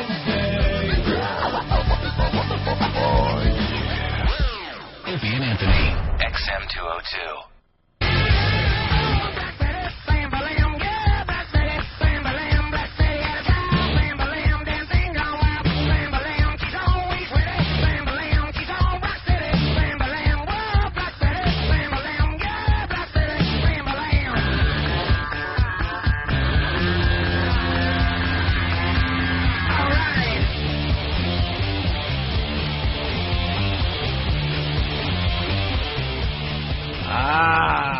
I think that's Spiderbait. Oh, yeah? Doing Ram Jam's Black Betty. Not sure, though. A classic. It's the Opie and Anthony program. Hi. This fine Whip 'em Out Wednesday. Hi. Wednesday. How are you? I'm good. Yeah, they did an article in the Daily News. Many men ejaculate in 5 minutes. Wow. In 5 minutes. And they have it's pretty funny. They got a picture. Let me get the picture for everybody. I know it's radio, but we'll make it make sense. We'll paint the picture for you. That's what you learn in broadcasting school. Picture. They show a guy in search of staying power. They show a guy in some kind of lounge pants opening up the front of his pants. Looking down disappointedly at his junk. Because it's not performing right. And I guess there's an experimental drug that treats premature ejaculation. And that's raising the raises the curtain. Okay. All right, so there's a drug for this, and now it's raising the curtain on a formerly taboo subject, Anthony. Taboo. Guys don't want to talk about how they ejaculate too quickly. Shoot the wad. And then they got a picture of a scene in the bedroom with this really hot chick in little white panties and a little wife-beater shirt. Yeah. And she's on the edge of the bed all bummed out and disappointed. She's like, ah. And the guy's holding his head in the background like, shame. Oh, shame. For shame. For shame. And the article starts, what's the difference between 2 minutes and 7 minutes? At first thought only 5 minutes, 300 seconds, not much time at all, really. But for men who suffer from premature ejaculation, the most common sexual dysfunction among men of all age groups, it can mean the world. 5 minutes doesn't sound like a long time, but it is. If you were to stare at a clock for 5 minutes, that would seem like a long time. If you were having sex, that time would seem even more valuable, says Stacy. Anyway. I wish I had that problem. I can't finish sometimes. That's what Aunt and I were talking about. Well, the more you do the fucking, exactly, the longer you'll stay. If you take a time off and then jam it in, you're going to shoot your load. Right. That's it. But the thing is, then go do it again. Yeah, our advice is just get back in the game. If you do it again, then you're going to last for a long fucking time. Yeah, to the point where you go like, oh, Jesus, I think there's going to be chafing. When you're up to the fifth time in a day, right, day and a half, oh, man. But if you're if you haven't had sex for a while, or you get one of those, there are those times where you just go through the whole night and you're having those dreams and you got a rock hard on all night, and you wake up, have a little morning sex, goodbye. Your day's just waiting. It's just yearning for something. I hate morning sex.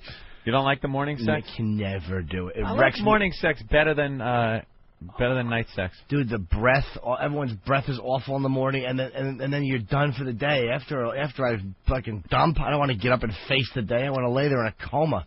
Be left alone. Give me a sock. Let me wipe this off and go back to bed. I'm not talking if you have a job to go to. How about the weekend? Nice morning on the weekend. Just again, I'm the whole breath thing. Two bad breath people in the morning. Morning breath. You just look at each other. But that's you're not breathing in each other's faces. Your faces are elsewhere. Things like that.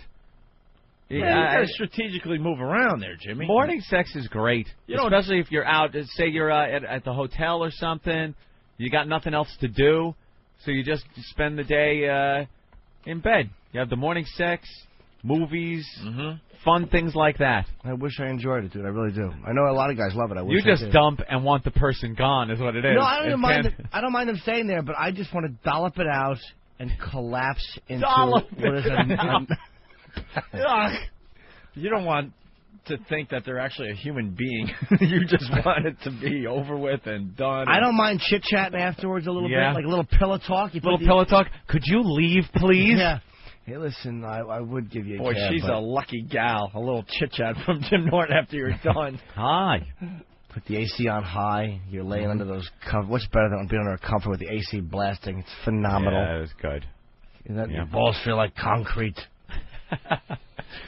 That's good when the air conditioning's going and you got the comforter on. Because then if you do get hot, all you got to do is raise the comforter up and the sucks in the cold air from outside. Ooh, I love it. Cools everything off. It has to be freezing when I sleep. Heat locker. Little comforter. I can't stand the cold in the winter. But in the summer, when it's hot out, I want it freezing wherever I am. Yeah. Like, I'll bitch about the cold, and in my car, when it's winter, and I'm waiting for the heat to come on, I'm freezing, and I'm pissed off. And then, in the summer, I will turn my air conditioning up to, I swear, it looks like the cockpit of Payne Stewart's airplane when I'm driving. You can barely even see me through the glaze of ice. You need an ice scraper for the inside. I love when it's freezing cold in there. All right, the phones have exploded. Ben's raw ass. Go ahead. Hey, Ben's hog is so big that when he flies, American Airlines charges him for 2 seats. John in Nebraska. Hey, guys. Good morning. Morning. The Navy just christened their new submarine, the USS Ben's Hog. James. Hey. Hey. Hey, Ben's hog so big they finally found out that's what sucked Edmund Fitzgerald. Mark in New York. Ben unzipped his fly and out came his hog. Spilled And the end of our ship. And we said, oh no, it's a sea serpent. It's so big it'll be featured as the island on the next Survivor. Oh, wow. All right, let's go to Joe on Long Island. Joe? Yeah. Hey. I got a problem. I got like the big penis, but can't do anything about it. Like I just can't last. Even if you have sex more than once? Like in the day? Yeah. Oh no, then I'm all right. But that's what I mean. That's why I don't think this is a or real even problem. a couple of days. You could if you have sex, Monday, Tuesday, Wednesday, Monday, Tuesday, Wednesday. You're going to do much better than if you took off, Monday, Tuesday, Wednesday, Thursday. You have sex on Friday. You're going to be a little backed up. Yeah, but it's like when it happens, then I have to look at her in the face and go, sorry. Yeah, that's gotta suck. Sorry. That's gotta suck. You got a huge wiener and it can't do anything good. Yeah, and it's like, oh well, no, I love going down on you because that's the only way that it will work. So spitting up like a sick baby all the time. You just touch it and All right. All right, Joe. Well, all right. God, I hung up on you, Rob. It's not Rob. Rob? Hey, what's going on, guys? We weren't feeling your Ben's hog joke. That's why I hung up on you. Oh, okay, no problem. Well, what was it? Let's give it a shot. No, Ben's hog is so big that it just wants to toe to diabetes. Fucking out, guys. Not bad. Pat from Moonachie reference. Ben's hog, big, fat. I was hoping Ope would hang up on him as soon as he started to talk. Got big rosy head on it, Ben's hog. Oh, that big rosacea face. You want to just warm your hand in Crisco and crisply slap it.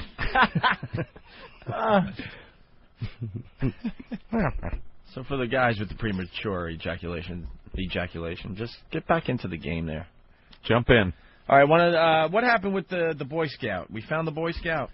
The Boy Scout was missing found. Scout. Everyone thought they were going to find him dead. Yeah. What's the story, just in case, Anthony? Well, he was at a little Boy Scout outing. Actually, at 11 years old, he was just a Cub Scout, but he was invited along as a guest of one of his friends who was a Boy Scout, and he was by the rock climbing wall in some rock climbing gear. And somebody saw him there. That was the last they saw him, trying to get out of his gear, which he was having a little problem with. And somebody took their eyes off him for a little while, and then he was gone. And they had this big, long search for him, couldn't find him. How many days went by? 4 days. And they said he was a shy boy, like he wouldn't have asked for help. But he probably couldn't get out of his gear, and he saw them leaving. He was too embarrassed, being a younger boy, to admit that he couldn't get out of it. A little shy kid. Yeah. And he got lost, walked around. Apparently they found him few miles away from the campsite. He said he had seen people on horseback before they had rescued him a couple of days earlier, and he was afraid to go up to them. Kids are so fucking stupid. Afraid to go up to him. Sounds like me walking to work every morning. Could be somebody wanting to help me out, and I will run away screaming in fear of them. Maybe the horse people were afraid. Little Boy Scout comes up. Which way is the campsite? Yeah, so they found him against all odds, because when things like this happen these days, usually dead. I assumed maybe an animal came, dragged him off or something. Or he fell. A little predator out there. Gonna find his little head with a little baseball cap on it. Something horrible like that. But miracles do happen, and he was found. Among the volunteer searchers was Kevin Bardsley. Bardsley? Why would they put a dash in there for me? Whose 12-year-old son, Garrett, vanished last August while camping nearby. He was never found despite a week-long search. That sounds like an animal, right? You never know. I mean, out there you could fall into a gully or some shit and never be found. Never find you. Or into the water. Turn into bleached bones after a while. Yeah, it's awful. So that was, a friend of one of the rescuers. What a dumb kid. 4 days, you see someone on a horseback after 2 days, and you're fucking Samuel the shy sea lion. You won't wave at him, you little douchebag. Get up, wave, yell something. He was dehydrated and very hungry. They gave him some granola bars and some water. And Jimmy farts. And the boy asked to play a video game on the cell phone of one of the volunteers. That's what he wanted to do. He's just a kid at heart. Aww. And the father grabbed his shoulders and started shouting, "Bad boy," and hitting him. Yeah, you want to smack that kid. Well, we got some audio of the mother. The very relieved mother, Anthony. Yeah. Let's go to that tape right now. People say that the heavens are closed and God no longer answers prayers. We are here to unequivocally tell you that the heavens are not closed, prayers are answered, and children come home. Right. Yeah. Let's tell that to little pink Kango hat girl from Florida. Yeah, or Garrett's dad who's went missing and never came back. What I understand she's ecstatic. This happened and she got her son back. I'm very happy for her, yes. Very happy ending to the story. But you got to think about other things besides your own joy in that situation. To say something like that is like saying, God cared more for my child than your dead one. You don't think the parents of the Aruba girl were praying? Yeah. Yeah, no, they don't care. Please God, please and God God, went, please. Nah. I think 3 or 4 guys ought to bang her and kill her. Yeah, That's what I think she deserves. Sure. Do you think the father, and I wonder this, the Garrett who went missing, his dad kind of helped in the search. Now, when you're in that position, because misery loves company, it's a human instinct. Like, if I'm not getting something, I don't want you to get it. That's a shitty quality, But are you really rooting for the kid to be found? Like, not that you want. Or do you the want kid misery and company? Or just like, do you not want to see that joy on another father's face because you'll never? I don't know. That might sound like a creepy question, but is there that little piece of you? Maybe there's some in a dark corner that kind of not wants the kid to not come back, but doesn't want to see that kind of reunion that you're not going to have. Yeah. Ooh. Is there anything worse? If you scratch your car, a terrible example, but you want somebody else to scratch there, just you feel better. Like, all right, you too. Mm-hmm. I'm not alone. You scratch your car hitting a child, killing them. That was an awful example. What a trite example I gave. Missing children. Ooh, you know, when you get a hangnail. If you drop your omelet. I really am a fool. I just, thanking God. See it in sporting events all the time. God wanted one team to win over another, or this guy to have 3 homers because of God. If there was a God, do you think he'd let the Pistons win and force, a 7th game? Well, we're going to do a 7th game in the NBA Finals. Oh, boy. You think God is rooting for the Pistons? God is not rooting for the Pistons because God knows that Detroit wins. That is going to be a problem in Detroit. Could be some burning buildings and overturned cars. Perhaps a body count. So I got to call Vegas. If God is paying attention, he's going to make sure the Spurs win? Yeah. Yeah, definitely. That's right. So there you have it. God, it's a little selfish of her to blurt that out. God heard her. There were so many children that didn't come home. Heard her prayer. Yeah. Heaven is closed. Well, I guess that's what you think of when your kid's gone 4 days and he comes back. You're not thinking of, the technicalities. Yeah, and other people's emotions. You're just kind of happy. I mean, you could say you're happy without saying that, children do come home. There are people sitting there going, well, I prayed my ass off and, what did we find? Stupid, dumb kid. Do you realize if he would have died out there, nobody would have known this idiot saw guys on horses and just didn't walk up to him? Mm-hmm. Oh, there would have been the story. They found the body near where horsemen were looking, mere yards away from where area that had been searched. Stupid ass just sat in the brush and looked until his little eyes fluttered shut. That's because we, put the fear in children's. It's got to be, all right? Heads these days. Tom, what's up? Hey, guys. Hey. Elo told me that Ben Todd is so big that when he has sex with women, they enjoy it. All right, that bit's over, I think. Yeah, I think the listeners killed that one. Jay in Jersey? Ben Todd is so big that he can ride on Space Mountain unaccompanied by an adult. All right, Dan in Houston? Hey, what's going on, guys? Ben Todd is so big, and we'll take a picture of little Jimmy. That's funny. Okay. That's very funny. Hog? No, thank you. No, thank you. How many runs you give up, shithead? Oh, yeah. Travis. Yankee bailed him out. Morning. Hey, Ben Todd's so big, Stephen Hawking wrote a theory about it. All right, the bit's coming back, Ant. That's very funny. Let's go to Tim and Comac. Yeah, I have a theory about Ben's hog. Yeah? I don't even think it's a hog. I think it's a parasitic twin. Uh-oh, someone already had that one. Oh, really? All right, let's go to Kevin. Kevin? Kevin? Yes, what's going on? What's up? Ben's hog is so big, he has to eat fried chicken and watermelon for dinner.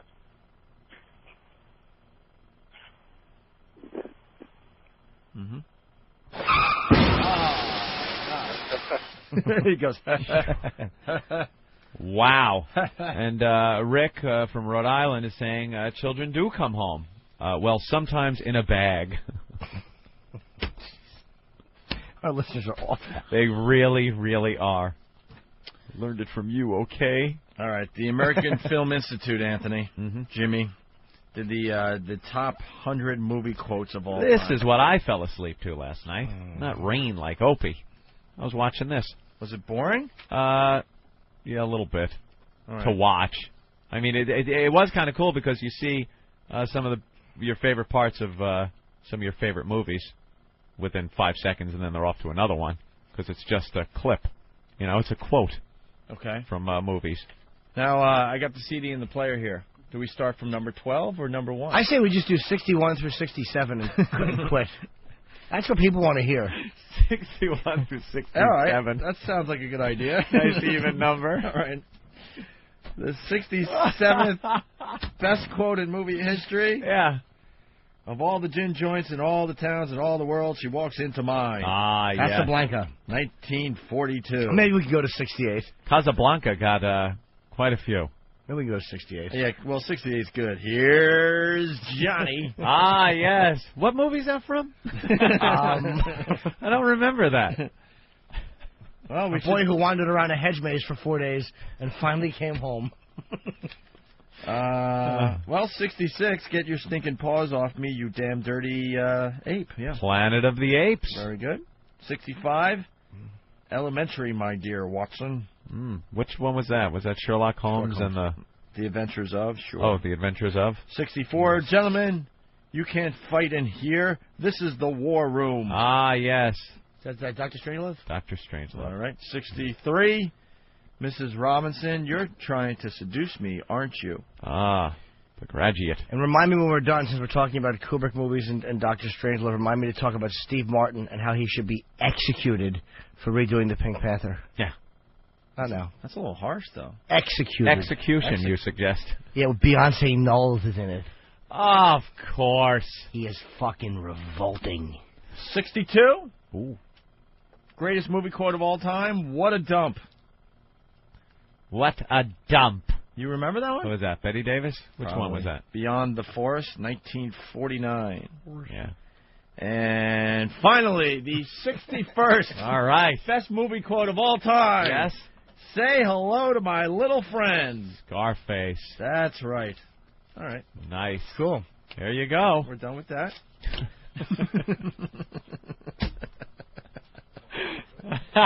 The 61st through 67th, indeed. Look, that's what people want. That's what you want. You always get the top 10. This is. I'm sure every radio station in America is doing this bit today. I'm sure. We should do Wacky Radio Alert today. Do you really want to do the top 12? I say we at least do. I say so. I say we go right to number 1. I have it here. All right. Oh, that uppity nigger went and hit me on the head with a shovel. Blazing Saddles. And number 2. Robert, I swear I'll blow this nigger's head all over this town. And, of course, number 3. Hold it. Hold it. The next man makes a move, the nigger gets it. Oh, boy. Hey, where are the white women at? I bet that's in there. Top 4? Top 4, yeah. Excuse me while I whip this out. Oh, Lordy Lord, he's desperate. Do what he says. Blazing Saddles. And number 2. Robert, I swear I'll blow this nigger's head all over this town. And, of course, number 3. Hold it. Hold it. The next man makes a move, the nigger gets it. Oh, boy. Hey, where are the white women at? I bet that's in there. Top 4? Top 4, yeah. Excuse me while I whip this out.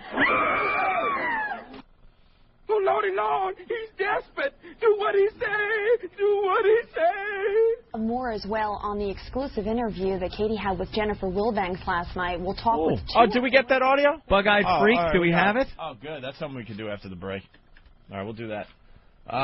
Let's say hi to Sally. Sally, what's going on today? Hi. I want Ride, Sally, ride. Oh. Yippee-ki-yay, motherfucker. That was my favorite from a movie, but they couldn't put that on TV, huh? From Die Hard. Yeah, that is very popular. I love that line. Yeah, that's a good one to try. Hey, that's a good point. They're not going to do any lines that are dirty for TV, so then this list is tainted. Yeah. We should do our own list. I like it. Thank you, Sally. Bye. There are some great quotes in here. Like, you can't even argue with the top 10. Although I disagree with 1 and 2 should be reversed, but that's just me. Yeah. All right, why don't we do them really fast? Pat from Unaki got that wrong. They say hello to my little friend. Yeah. He thought it was Ricardo Montalban from Fantasy Island saying that. Pat, you ass. Say hello to my little friend. Oh, it hurts. It hurts. How about say hello to my missing friend when you're talking to your toe? Here we go. This little piggy went wee wee wee all the way to the dumpster.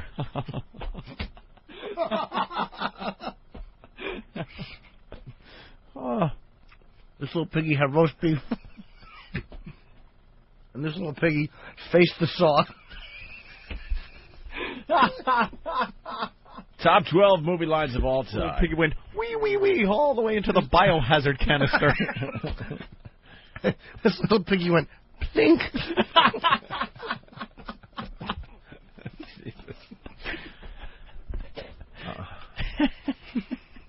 By the way, they're finally unpacking the Liberator boxes. I see. Jesus. Those boxes are huge. Look at how big the Liberator is. We love to find people from the Liberating... the Liberator company, but did they have to send us like 20 of them?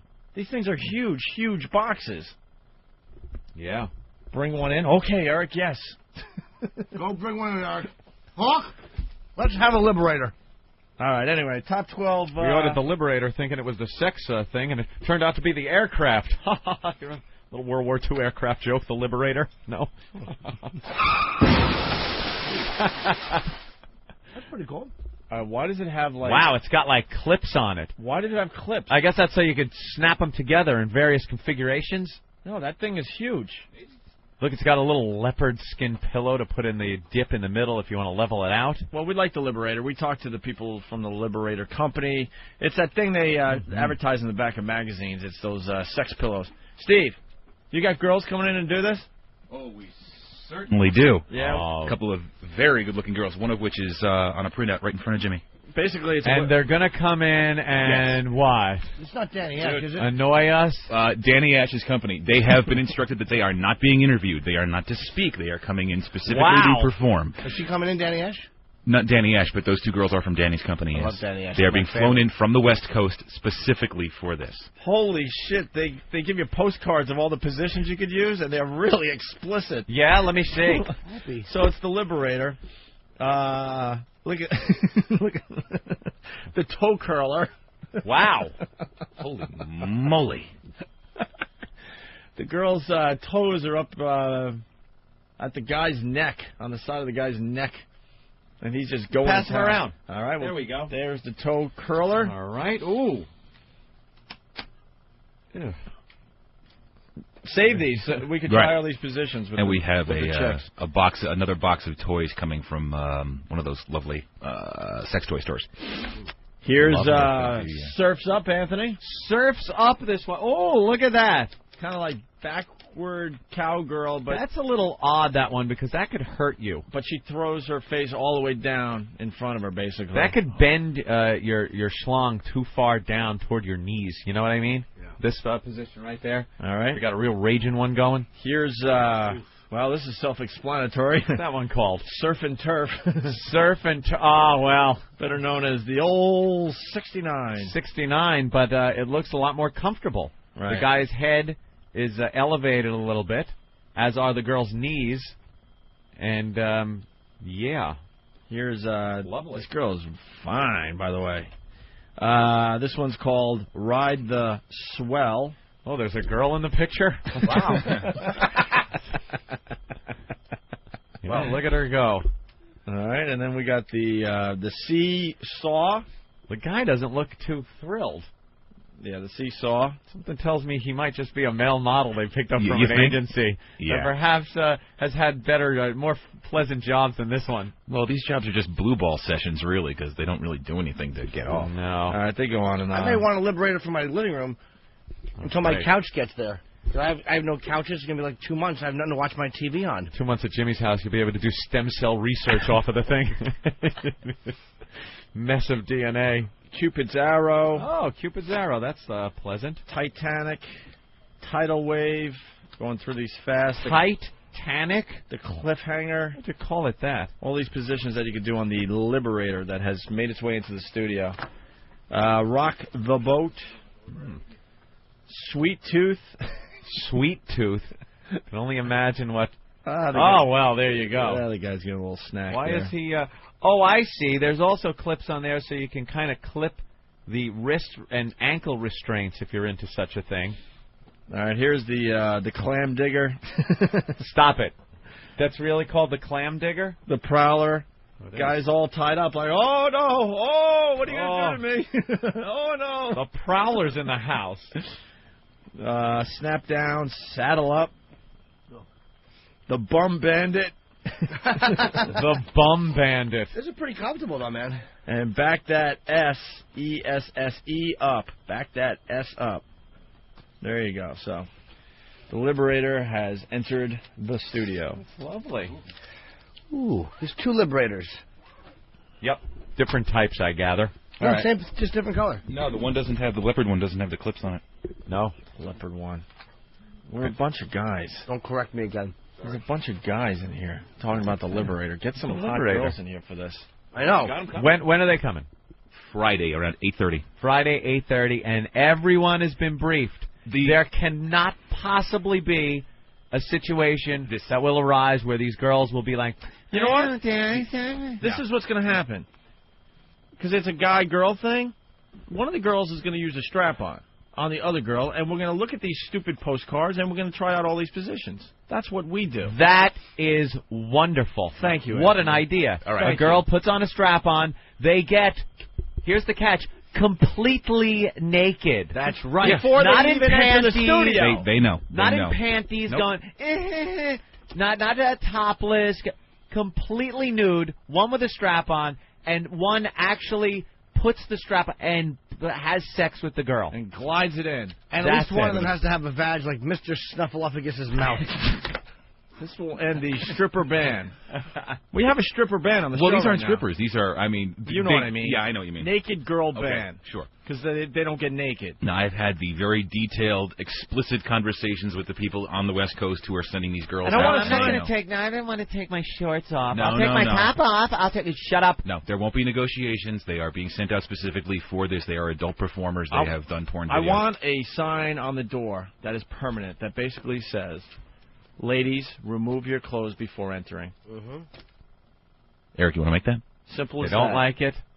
Simple as that. We'll put them... Okay. Our office looks like a sliding glass door. We'll put them by there with a pillow. Right. The biggest mistake... Love that he used a pillow. I know. The biggest mistake we have made over the last year is that we allow the girls to come in fully clothed. And then it's a whole, uncomfortable thing. Well, you're going to... Could you please take your clothes off? Oh, well, they look around. I don't know. It's kind of early. Oh, well. It's early. Boy, you're just going to ask like that? And say, yes. Yes, you're not here to discuss politics. We've had the conversations, and they know exactly what they're coming here for. Crystal is sexy, too. God, Isn't look she at her cute? from the holy Oh, mackerel. those the ones that are coming in? That's one of them, yeah. Look at the bottom, this picture back there, the vag. She's lovely. All right, well, that's about all you're seeing in that shot. I know. Very nice. Nice, right? Ooh. Wouldn't mind taking her out for some tea. All right. Thank you, Steve. You're welcome. Good luck with the girls. Yeah. I know it's going to be another disaster. I don't know.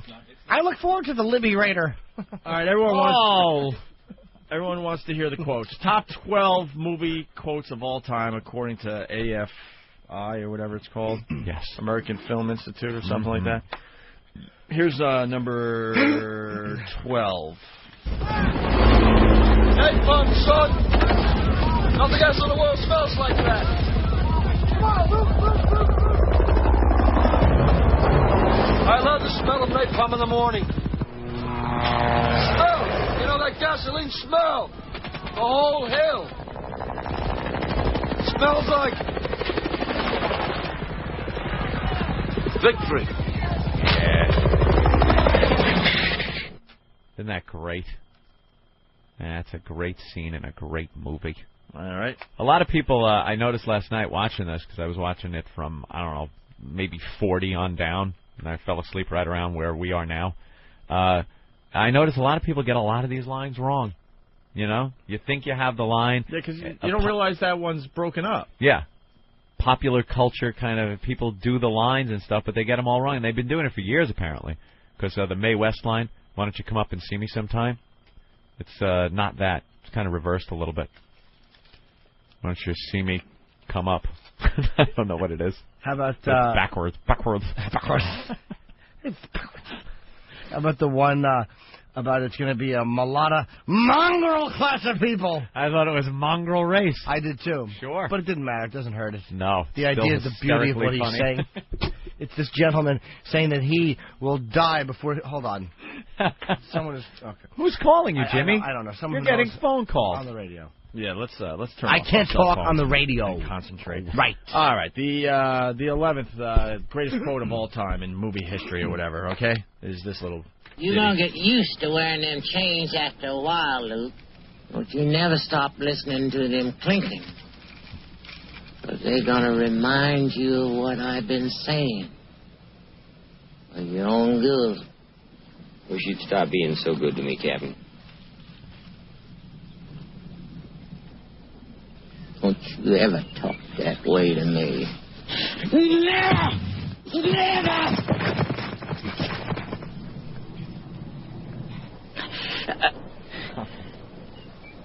What we've got here is failure to communicate. Cool Hand Luke. That guy's great. 1967. That was 67, huh? Mm-hmm. Very good. All right, we're up to the 10th. Yeah, there's a few of these should have not have been in the order they're in, but you think? Quote of all I time. absolutely think. You talking to me? You talking to me? You talking to me? Well, who the hell else are you talking? You talking to me? Well, I'm the only one here. Oh, yeah? Huh? Okay. Yeah, talking to me. Sure. Great movie. Taxi Driver. De Niro. Lunatic. What? Number 6? Number 7? Is that what it was, Opie? Doing it with his fingers. Opie, what are you doing? Number 7? 6. Number 76? 1976. Dick, it was a number. What are you doing? And You're here is, messing with me.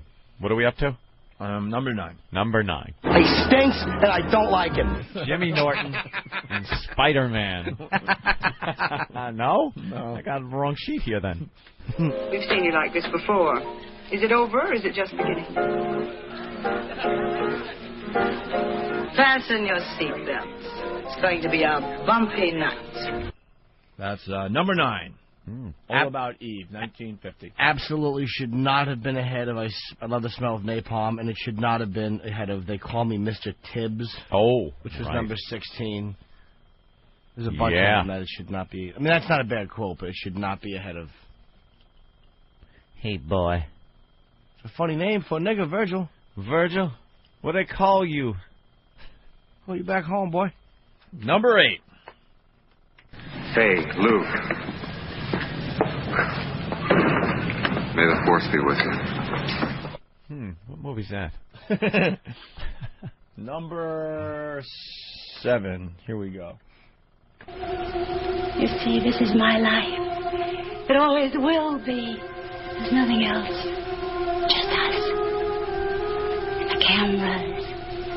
And those wonderful people out there in the dark. All right, Mr. DeMille, I'm ready for my close-up.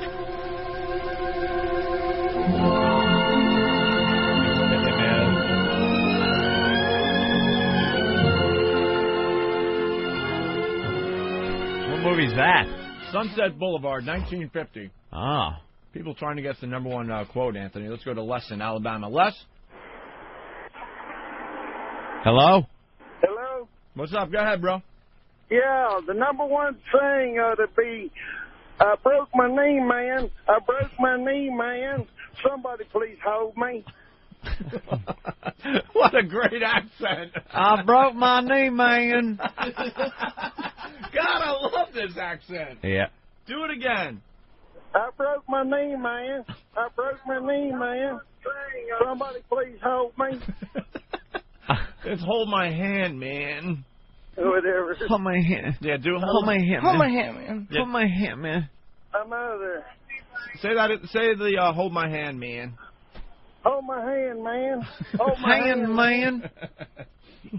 I love this guy. All right, Les. All right, bye. Alabama. The Scout and his dad are doing the talk show circuit. Oh, look the at news this circuit. Scout. Won't even look up. He just looks down. He looks very embarrassed by the whole thing. Meantime, Texas search team is getting ready to launch its own search for Natalie Holloway in Aruba, a search that looks a little more ominous at this point. How's her family holding up? Up next, a live interview with Natalie's aunt. They just grab every relative they can. If they found her alive, can you imagine the money she'd get for her story? Oh, yeah, because you know it wasn't just sitting there sipping a pina colada. Yeah. All right, let's go back to the sold quotes. into a slavery ring in Bolivia. Something awful's happened. Top movie quotes of all time, number 6. Go ahead. Make my day. Bridges in Madison County? Sudden Impact. That wasn't Bridges? 1983. Can I put my film in your refrigerator? Awful movie. Oh, that was horrible. We talk about that movie from time to time when he was showering. And what's her name's looking through the window from upstairs just wanting and needing. She starts like playing with her tits and she's watching him bathe in the water pump. Rubbing down his baloney tits. Yeah. And she's looking at, what an awful movie on every level. Meryl Streep? Yeah, Meryl Streep is watching him bathe himself. Outdoor shower. Yeah, taking an outdoor shower at the pump. And she's on her porch. And she starts she's in this wispy gown thing. And she takes her hand and shoves it over her tit and starts playing with herself. It's horrible. Go from Make My Day to, I'm going to take some more pictures of the bridges this afternoon. Ugh. I saw the movie. I don't remember how it ends. Horrible That's chick one of the flick. bridges burned down or something? It's a big shootout and everyone dies. Yeah, I'm sure. Who are you really, and what were you before? What did you do, and what did you think, huh? We said no questions.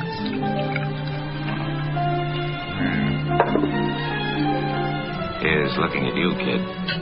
Of course. Number 5 from Casablanca, 1942. Yeah. Classic. That made it 7 or 8 times in the list, the whole list, I think. Oh, really? Yeah. Let's go to Paul in Maine. Paul? Hey, how you doing? All right. Got the number 1. Do you mind if I smoke while you eat? From Deep Throat. Yeah, that old bag smoking a cigarette while some guy's eating her huge hairy muff. What an awful movie that was. Didn't we ask for clips from that movie? Yeah, we could did have need some fun with clips. that. Horrible, horrible movie. There's some really great quotes in this thing, then. All right, number 4. Toto, I have a feeling we're not in Kansas anymore. Ah, yes. The Wizard of Oz. A classic. 1939. 1939? I know. My God, man. 39, huh? Wow. I remember when that movie came out. We saw it in the movie theater. With Groucho. Me, Groucho, and Charlie Chaplin. I was reading something today. Oh, that about because Tom Cruise and Katie Holmes, their age difference. Mm-hmm. So they had a whole thing of the history of Hollywood and age differences in relationships. And apparently comics, comic actors are the ones that had the biggest distance between ages of husband and wife. Really? Yeah, there were a lot of them, like Charlie Chaplin. Really? Funny people date girls a lot younger. That's right. That's an interesting concept. Isn't that interesting? But Charlie Chaplin had a very young wife, and I found out he died. Charlie Chaplin died the same year Groucho did, 1977. So it would have been possible to have met Charlie Chaplin. Maybe shake his hand and get his autograph and picture. And big be cock. Ragged on. He legendarily had a very big mule, Yes. Chaplin. And we decided that would have been creepier for you, Anthony, because, at least Groucho, you see him talking. Charlie Chaplin, his movies, for the most part. Silent. Or silent movies. Yeah. That would be creepy if you have a picture of a silent movie star. And then Tony Randall was married to a chick who was 25 years old when he was in his 70s. He was 75, I think, and she was 25 years old. Had 2 kids. When it gets to that level, it's just so selfish, because he died because he had to. He was old. Yeah. And he left 2 kids that don't understand why Dad's dead already. No. The kids are, not even 10 years old, I think. Yeah, they're going to know him from Odd Couple reruns. Right. But if Daddy was a faggot... Groucho would always date really young girls and just degrade them, like yell at them. Yeah, he was just such a genius. Dummies. Genius. He would just scold them. Yeah, living the life. Stupid. Living the Hollywood lifestyle, even back then. Let's go to Flower Boy. Flower Boy, go ahead. Cassandra, don't just stare at it, eat it. Great delivery. He crashed himself. He crashed himself. I like that. Oh, all right, From from takes American matters Psycho. into his own hands. Sean from Virginia. Hey. Hey. Boondock Saints, great quote. What the fuck? How'd you two fucking fuck? What the fuck? Well, certainly illustrates the diversity of the word. He crashed himself like that. He's listening, and right, he's. Now you hear that. Let's go to Snatch. What's up, Snatch? Hey, morning, boys. Norton. Hey, that number one line isn't that, hey, well, you always got to be a fucking cunt. Huh? Holy crap. The listeners aren't very good at this. Paul I've in noticed. Indiana. Yeah. What's up, Paul? I know what the number one quote is. All right. I don't know, dickhead, 'cause I don't remember what was going on that day, fuckface. He has the whole quote. God damn, that's great. I don't know, dickhead. I don't know what was going on that day, fuckface. That should be the number one quote. Yeah, well, that's the quotes of the show. That's the number one quote of this show. All right, let's go to the number 3, or the third greatest movie quote of all time. You was my brother, Charlie. You should have looked out for me a little bit. You should have taken care of me just a little bit so I wouldn't have to take them dives for the short-end money. Well, I had some bets down for you. You saw some money. You don't understand. I could have had class. I could have been a contender. I could have been somebody. Instead of a bum, which is what I am. Let's face it.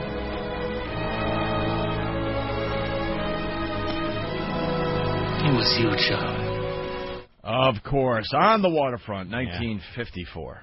I love when Jay told the story how Brando was so disgusted with Rod Steiger's acting, he used it to motivate himself in the scene. And it's so obvious when you watch When I watch, them. you can just see he just goes, oh, Charlie.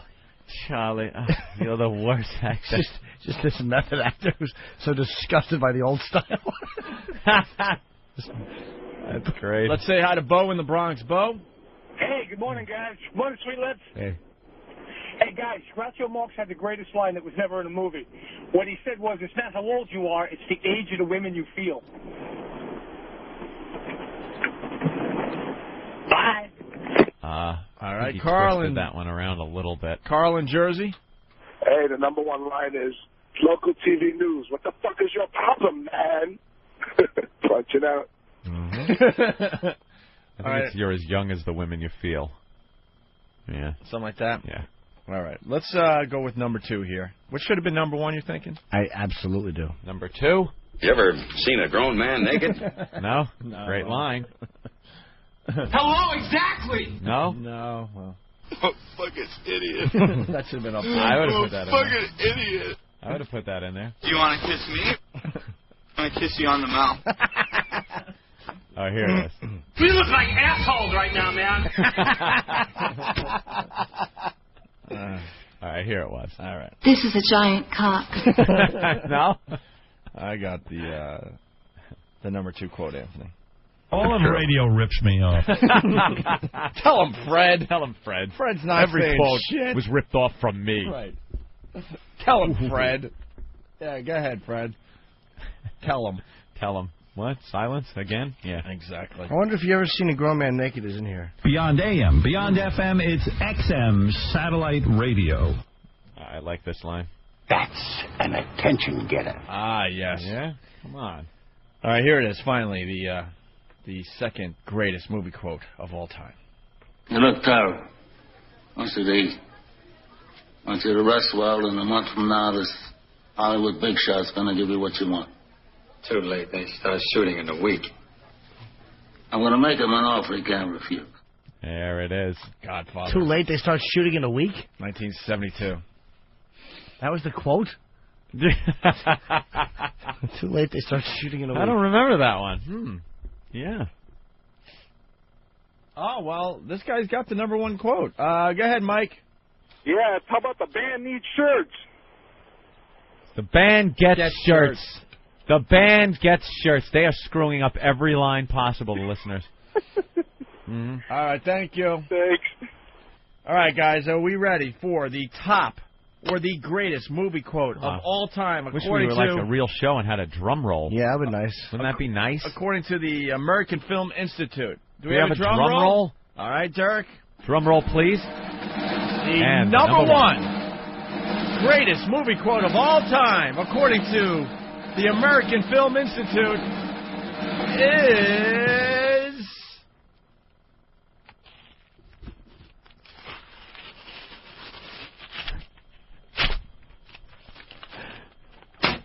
There's the disc. The disc. Who cares, really, when you think about it? What does this mean to your life out there? Nothing. The OCD people, though, are Why bother? freaking out right about now. I'd like to know what it is. Well, you're not going to find out today. Not on this show.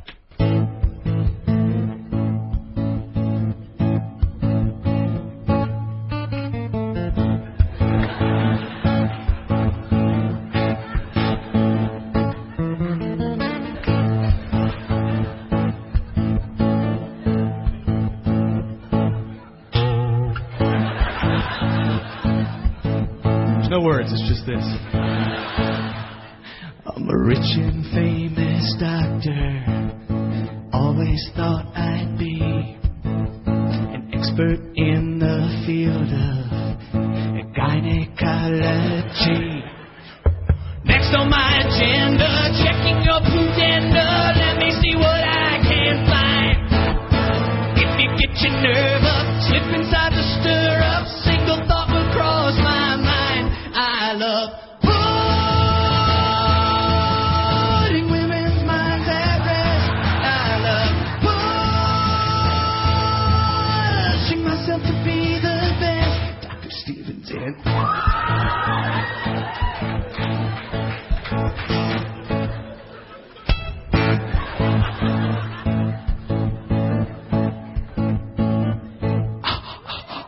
I've got magic fingers, the doctor of the year.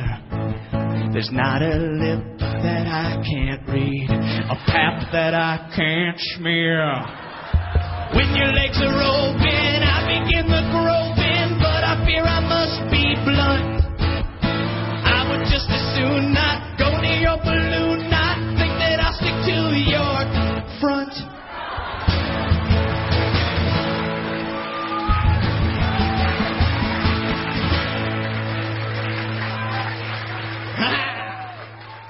Like sands through the hourglass, so is the O&A virus. But can I honestly say anybody rips me off? I mean, when I hear the same exact bits done, that's how I say it. I mean, what about wow? That's totally their idea. Oh, there you go. Okay. There's something new. Well, and then... There's something new. You know what? I used to do that in Washington, D.C. Tell him, Fred. I used to have people tie bandanas around their cars so that women would take their clothes off in the cars. Dude, get with it. All right, well, I mean... Give me an original idea. Well, Come on. I mean, I know. I used to have my listeners tie a bandana around their car. I mean, I've done it all. What about going off on... I totally know that's you. All right, okay, whatever. I got to go. Please, I don't really want to get into a discussion like this. So delusional. That is really funny. See, Someone found the clip. Yeah, that's something we couldn't play on the old show because of the gag order that he placed on us. How do you tie a bandana around your car? That's a great one. That's a big bandana. What's the matter? My car has cancer. People throwing frisbees to their cars, jump and grab it.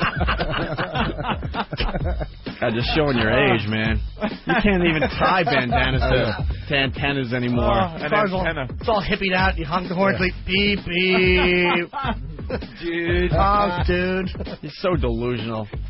Oh, man. Just admit it. Wow is such an original idea. I invented everything. I've done it all. He even said, I've done it all.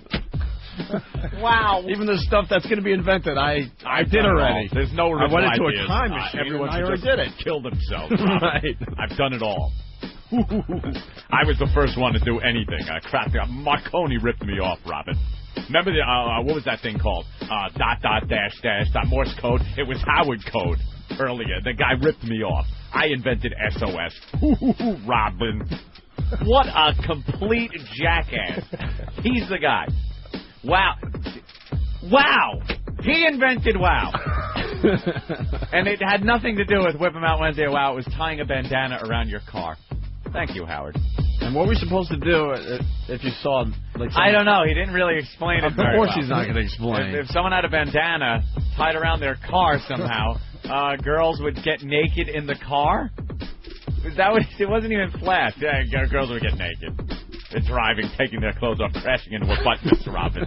I invented traffic accidents. A bandana around an antenna. That reminds me of something else I've heard. It's called the fucking flag. That's not exactly somebody's fucking invention. I invented that, Robin. They say Betsy Ross did that. I sewed the stars on. Ooh, it was all me. I don't care. I don't care. I honestly don't care. Don't care. I invented the bandana. Opie and Anthony. The virus is spreading. Just a kiss on the lips, and I was on my knees. I waited and give me a good-hot bitch. She was shaking her hips, so that was all that I needed.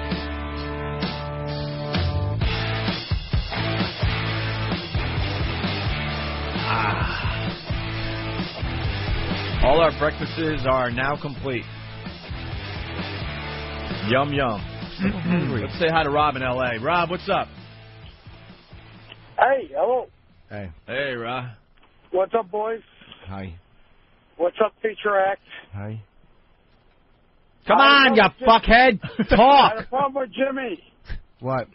Help out the rhythm of the program, folks. God damn, what is wrong with you, Rob?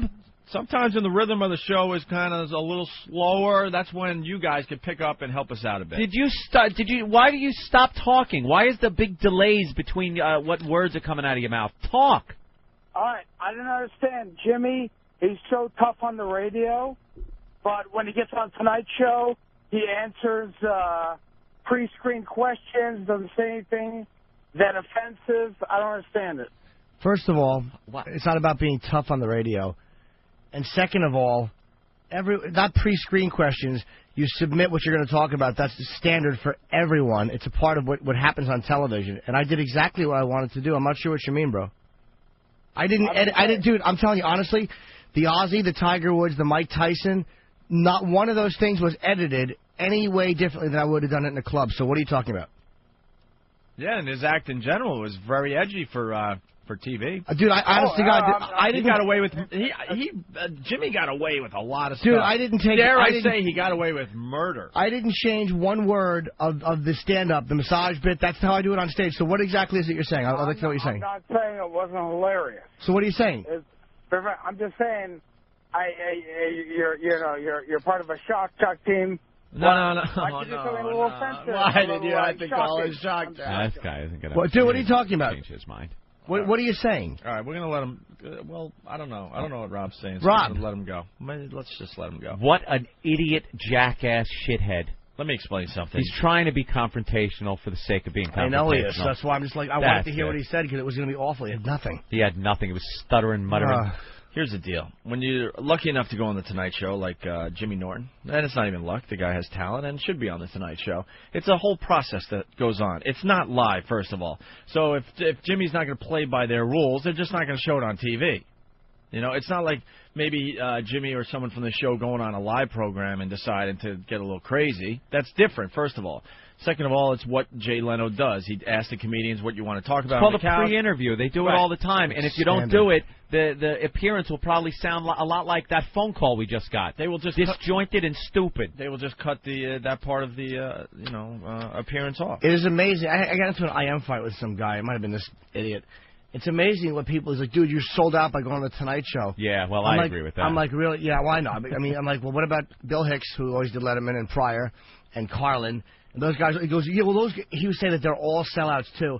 And I'm like, well, name me one comedian that isn't a sellout by your standards. Yeah. And he came up with, he goes, well, Patrice O'Neill seems pretty. I'm like, what, Patrice did Comedy Central? You can't say whatever you want. Yeah. It is amazing how stupid people are. You know the people that didn't sell out are? The people you haven't heard of. The people that don't know, and the only reason they haven't been given the opportunity. Yeah, and it's amazing what people consider a sellout. Sellout. Like, really? Because I didn't say fuck on the Tonight Show. I'm a sellout. I didn't sell out. I bought in. Absolutely. Good That's point. what I say.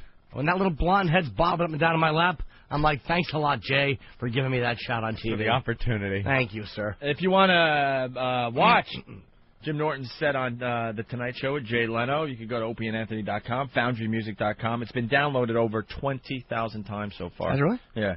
And also, as we're talking about websites, ratemywow.com, another website that Steve is running. Girls showing their tits, basically. Nice. With a little WOW logo in the photo. Ooh. And girls are submitting their photos all the time. So go to ratemywow.com from time to time to check out some topless ladies.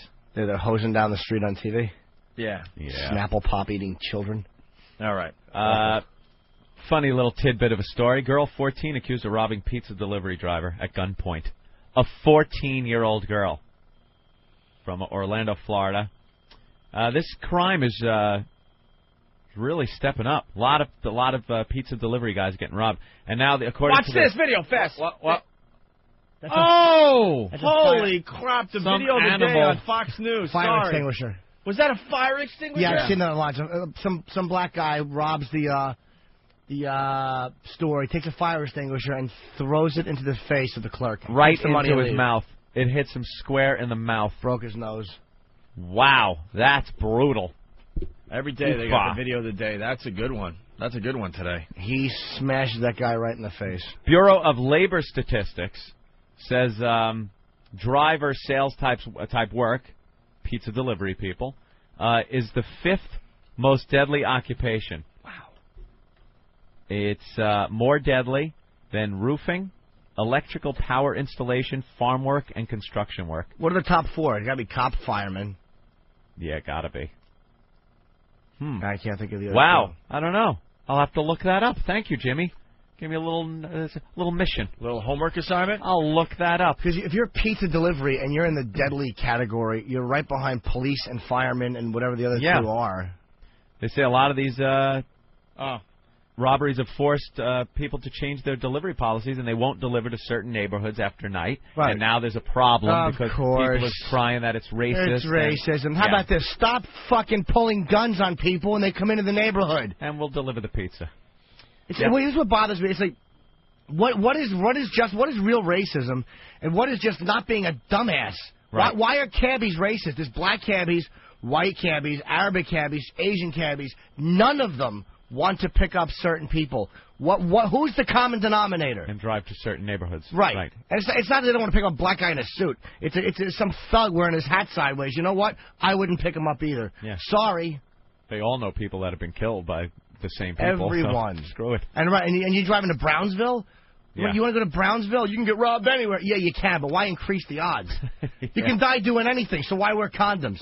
I mean, well, actually, that's my philosophy. All right. What are you getting at? The video's up on foundrymusic.com. Oh, wow, that's good. Okay, let's see. God damn. That is just some he severe pounds damage. This guy in the head. Poor guy just trying to make a living. That's it. His Goes life right for the register. Stinks. He's making like $7.50 an hour. The brutality in an act like that is just, you cannot even imagine. You know what someone has to do, though? He's wearing his big JJ Good Times hat, big Jiffy Pop hat. I'm surprised that someone hasn't taken all these videos and made a spoof on America's Funniest Home Videos. Where you put a laugh track behind and them. all that stuff. I'm surprised there's not a website that... Boing! I'm hungry. Hope someone has something big, red, and heavy I can eat. Right. Pop. With the wacky voiceovers and stuff. Boy. Maybe we should do that. There isn't that even would get any some major fucking hits. There isn't even getting out of the way for that. It looks like he was distracted and he's talking to the other guy. And then guy number one picks up the extinguisher. He has it and just throws it into his face. Oh! And then goes and grabs the money right out of the register. Poor guy. In one move. Why did he just splash him with the extinguisher? That's disgusting. Fire it at him. That's not brutal really enough. Disgusting. Not brutal and animalistic enough. Yeah. Of course not. All right, let's move on. That's lovely behavior. You can see the video for yourself. FoundryMusic.com. We should make a parody, though, of America's Funniest Home Videos. 14-year-old girl, by the way. Yeah, but gee, surprising. Take a look at the picture. Who'd have guessed? Anyone with thoughts? Thoughts? Anyone? I don't know. There's just a severe problem going on somewhere. Of course No one there can is. address it or do anything about it. Doomed. Well, until people start taking responsibility. All right. Katie Couric had the exclusive interview with the Runaway bride. Ooh. What's her name again? Wilbanks? Bug Eyes. Old Bug Eyes. Wilbanks or something like that? Right? Jennifer Wilbanks, yes. Jennifer Wilbanks. Everyone knows the story, right? Of course. She ran away. She was scared about getting married and lied about being kidnapped and lied about having some kind of sex with a couple. Being raped by a basically. Hispanic guy and a white woman. She told a hot story, too. Really hot in a van. She's tied up. The girl comes over, starts eating her pussy, and then the guy comes over, starts having sex with her. She's tied up. It's all dark in the back of the van. And then apparently she did meet a Hispanic guy and a white woman in Vegas, but no details out about their relationship or anything they might have done. I speculate she probably had sex with them, made up the story in the van and the kidnapping, got her, had a little fun before marriage, and then came back. And I guess her and the husband-to-be did the interview, and they were asking him all kinds of things about getting married still, and do you feel like a sap and a sucker, and he's all for it. Getting married. What a dummy. This is a problem. Let's go to the clips here. And ironically, when I told John I was going to run, that's what I was doing. I was running away because that's what I've always done. That's what's comfortable to me. Ooh. They have someone with a squeegee to mop up after those huge eyeballs were spilling tears all over the set. Got a big mop. Mopping after every question. Studio's filling up with water. Owl head. Always runs away from what? Yeah. What? How tough is this lady's life? Life seemed good. Oh, we'll find out but there have been some tough times as well. Yes. Her parents divorced when Jennifer was just 6. Aww. Her mom remarried. From first grade till the end of high school, she alternated living each week between her mom and dad. You're the only Later, one. her childhood home was destroyed by a tornado. But through it all, Jennifer says her love for her family stayed intact. I still kiss my dad on the lips. Every phone call we end with "I love you." I had a great life, Katie. My parents, fortunately, were able to provide for me and my brother. I grew up in an honest home. We went to church. We had our faith. He kisses her on the lips. I like this guy. And then in the tornado, it was tragic. She pulled through, though. 2 bowling balls actually hit her right in the eyeballs and stuck in her head, and she lives with them there today. My dad still kisses me on the lips. On the lips. I still love you. And he whispers, bug-eyed whore, while he mounts me. Oh, they keep showing this fire extinguisher clip. Over and over. People just look at this and just are repulsed by the brutality of it. I know. The nerve of that white racist to get his face while a black man is honestly trying to throw a fire extinguisher. How dare he put his racist face up there. That oppressive white man in his mutton chops. Interfere with his fire extinguisher throwing. That black man was trying to do something productive and toss that fire extinguisher out of the way of other black people walking. And the white man got in the way. Got his ugly face in the way. She dropped out of college after 2 years and came home to take a medical assistance position in a Gainesville hospital in the labor and delivery unit. Oh, I loved it. I used to kid around, joke around, and tell everybody that they better check my bags before I leave to make sure I didn't have any of the babies with me. Oh no! What is she crazy? Because she is. What a you don't want to say things in an interview like this when people are looking at you like you're a raving lunatic. What kind of bags? Ziploc kind. Ziploc. You said Ziploc. Well, I was thinking of a decapitation, so I figured you put that right into the bag. Ziploc bag. That's great. Ziploc. Had you had any serious boyfriends before you met this guy? Yes, I have. But were you ever engaged or ultra serious about anybody, or? I've been engaged before, yes. But we We were engaged just for a few months before the wedding was called off, but the wedding was over a year away, so. And you ran off? 17 years ago. Yeah. He chimed 10 in. years ago. 10 years ago. Why doesn't Katie just ask what she wants to ask this coward? Have you ever had sex? Were you sleeping with these people? That's what she wants to ask. What the fuck kind of question is ultra serious? You're an adult reporter. Yeah. Right. For real serious? Shithead. And why don't you, dig deeper? Why did they, break off the engagement? Yeah, what happened there? Katie Couric blows. It's all this softball crap it's that they awful. promise these people. Look, you come on our program. We In our promise. in-depth exclusive interview with Bug-Eye. A $37 theft from Walmart. Later that year, $1,740 worth of merchandise from a shopping mall. In April of '98, charged with taking $98 worth of merchandise from still another store. I know that time you spent 2 weekends in jail. Right. They often say, Jennifer, and I'm sure you both know this, that this kind of behavior or committing this kind of crime isn't about the stuff. Cry for help. Right. Cry for help. Was that a cry for help? And was anyone listening? Maybe it was a cry for help, but no one was listening. Your mom and dad knew, right, that you had shoplifted? Oh, yes. I mean, after the fact, yes. But did they say, honey, you need to get some help, or what's going on here? Or did they just sort of brush it under the carpet in a way, too? Mm-hmm. Look into my eyes. Oh, my God. Nothing was accomplished right She there. is the worst interviewer. Ugh. What was accomplished there? She's leading the witness. So this girl go, yes, they brushed it under the carpet. She shoplifted a lot. Was it a cry for help? It's, they say it's not about the stuff.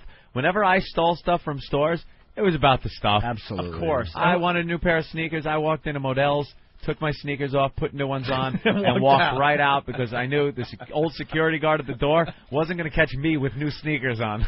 That's right. They didn't have all those things they now Was put it a into cry for help? Why do you think they have all those hidden things in products? Because course. every single person listening to this program right now has shoplifted in their life. It's not always a cry for help. Sometimes you just want something. You don't have the money for it or don't want to spend the money on it, right. And it's easy to steal, so you steal it. Yeah, I was stealing Playboy magazines at 12, 13. Hey, why not? How am I going to explain that to the clerk behind the counter? That's a tough steal because it's not only it's double the embarrassment if you get caught. That's you what got I mean. caught stealing and you got caught stealing Playboy, so they're going to be like, look at this kid. Me and my brother got caught at the corner stationery store when we were kids stealing candy. Went to the candy thing and we're looking at the register, and it must have been so obvious because there we are, like being all trying to be secretive and just stuffing our pockets so they were like big bulging pockets, and then we just like fast walk out, and he goes, hey, and we stopped, and then there he is digging his big meaty hands through our little boy pockets. Oof, quite a thrill. I used to steal pulling all the candy out. I used to steal the peanut butter cookies while they were cooling off in grammar school. What? The apple pie on the windowsill? Washington Drive School, the kitchen. Oh, right, the kitchen. Yeah, we used to go into the cafeteria kitchen in the school. Well, the cafeteria, they would have the cookies near the back, the door. Yeah. So they would cool off, and they were all on nice trays and stuff. So I would go outside the school to that door and kind of sneak in and grab my, my peanut butter cookies every day. That's nice. Never got caught. I stole silver from a company I worked for. Used to make contacts for relays. They used to make them out of silver. Little discs of silver would cut off of these silver rods. And they went in the machine. And these silver rods were about 8 feet long. And they kept them in a cage that was locked. Or lopped, as Jimmy likes to say. And I used to notice you could go up to the cage and pull these rods out of the box right through the cage. Or right through the links of the fence. But you can't carry out 8 feet on the 8-foot-long silver rod. So I wound it around my legs. Around my leg, my waist, put it under my clothes. And then I'd go to like some jewelry place where they would sell it. I would off it. And that wasn't a cry for help. That was a cry for food. That was a cry for a sandwich. Let's say hi to Kyle in Indiana. Kyle, what's up? Hey, what's going on, O and A? Hey. Little Jimmy. Hi. I just got a comment about that stupid bitch that's talking about a cry for help. stealing all that shit, man. I did a drive-by shooting when I was like 17, and I did 5 years in prison. It wasn't a fucking cry for help. I did drive-by shooting because motherfuckers did me wrong, you know? What happened there? Yeah, let's hear the story. story. You got to give us the story now. Give us the background, what happened that night, everything. All right. Well, I was selling drugs at the time, and I gave a guy a front, and he kind of didn't do me right, didn't pay me the money he was supposed to. Uh-huh. So I just, you know, I don't get fucked. So I took my gun over there, and I shot his fucking house up. Did you even think for a second that you're doing something that's probably going to land you in jail? You know, at the time I was dealing drugs, I wasn't even thinking about the shit. You know, it wasn't a cry for help. It was my way of living. I can never get that mentality of, yeah, I'm going to shoot this motherfucker. And not think like, oh, you're going to be the guy that gets away with it. Because those, especially crimes like that, they're so obvious. You obviously were the guy that did it, and they always catch you. Yeah. You know, at the time, I didn't give a shit. You know, I look back at it now like, man, that was stupid. Did you hit anyone? No, I didn't end up hitting anyone, but I got charged with a Class C felony criminal recklessness with a firearm. And you did 5 years for that? Yeah. Jesus Christ. Yeah, it was my first offense, too. Wow, you must have had a shitty lawyer. I couldn't afford one, so I got their little public appointed attorney. Public appointed attorney gets you 5 years. That charge for anybody that could get their own lawyer would be just whittled down to nothing. I would have got probation, maybe a fine or something, you know? Yeah. That's the way the system works. But I can't blame them because, you know, I did some stupid shit. That's all there is to it. All right. All right. Thank you, sir. Jimmy, you're funny as hell, man. Thank you, mister. Let's go to Bob in New Hampshire. Bob. Yes, how's it going over there? All right. Well, I got to say, when I was younger, a teenager, and we were shoplifting, it was either for something we wanted. Like one day we were hungry and stoned, so we went out and we got scallops, went in there, pushed that down our pants, walked out the store. And the other thing was the challenge. You know, the guys getting together, going out and saying, okay, I bet you don't have the balls to go out there and go into Sears and grab that tool thing and walk out with it. Yeah, sometimes you do that, too. You do it as a dare or to impress your friends, but that isn't really the cry for help. That's just being a kid. Yeah, so you listen to this shit from her, and you're just like, come on, who's buying it? Psychobabble. Exactly. It's insane. Me and my brother had a great scam out in California. We used to go to the back of the supermarket that had a chain link fence, and inside the fenced area were the depositable bottles they had gotten for the day. They would bring them out there and store them there until the truck came and got them. We would climb the fence and bring the bottles back over and just go around and bring back the same bottles that they had just given out money for. And that's go to hilarious. Thrifty for ice cream. All right, one more. Let's go to Scott in Michigan. Scott, what's up? Hey, what's up, man? I got the best shoplifting story for you. All right. I go to the Pilot truck stop in Indiana about 3-4 times a week, and they all know where I am and stuff, right? Every day I steal about $15-20 worth of food, and they don't even know. I just go in, get what I want, walk over to the Wendy's they have in the truck stop, buy a 5-piece nugget, and just walk out with whatever I want. Like today, I stole 3 bags of cashews, crackers, cheese in a can, and 1 liter of pop, and a bag of chips. And everybody in the truck stop knows me. Yeah, they all talk to me. They all know who I am. I go in there all the time. What a scumbag. That carries on relationships with these people, and he's stealing them. That's not a cry for help. That's you just being hungry. Well, I don't want to spend $20 on snacks. I mean, the cashews are $2 a bag. I get like 3-4 of them. The cheese in the can's $5. What do you just shove the shit in your pockets? No, I just carry it out in my hands. All right. Thank you, Scott. Hey, you guys rule, man. All right, let's go back to the interview with Katie Couric, Anthony, the runaway bride, talking about being born-again Christians. I understand, though, speaking of wholesome, mister, that you were kind of wild when you were younger. Is this true? Yes, unfortunately. Tell me why you've gotten that reputation in your youth as being a bit of a party animal. Why I got that reputation? Because it was true. Because you earned it. Yeah, right, because it was true. But about 6 years ago, John became a born-again Christian. Damn, I wasn't listening. She said, how'd you get the reputation? Yeah, Why'd you get the reputation of Go being ahead. crazy, of being a wild animal? He goes, well, because it was true. Oh, really? He had a reputation of being a party animal, and something happened that made him go into, this born-again Christian thing. And that's always the way. So she asks him, and he doesn't answer, and she just laughs with him, and that's it? She is a dumb bitch. This is why she gets paid all that money? I'm so happy they're losing, or they're starting to lose ground. They're just awful. They got engaged last August, 10 months after their first date. They eventually began living together at his place. But in stark contrast to John's younger, wilder days, they decided premarital sex was out of the question. Why was it important for both of you to remain chaste or to not have intimate relations? Sorry, I feel like Dr. Ruth here, but... It was very important to both of us. That happened actually during our first conversation. She was asking me what kind of relationship we would have, and I said the relationship, if you and I ever had one, would be honoring God. And what I mean by that, we'd be pure until marriage. And if people are skeptical, John, about that to you...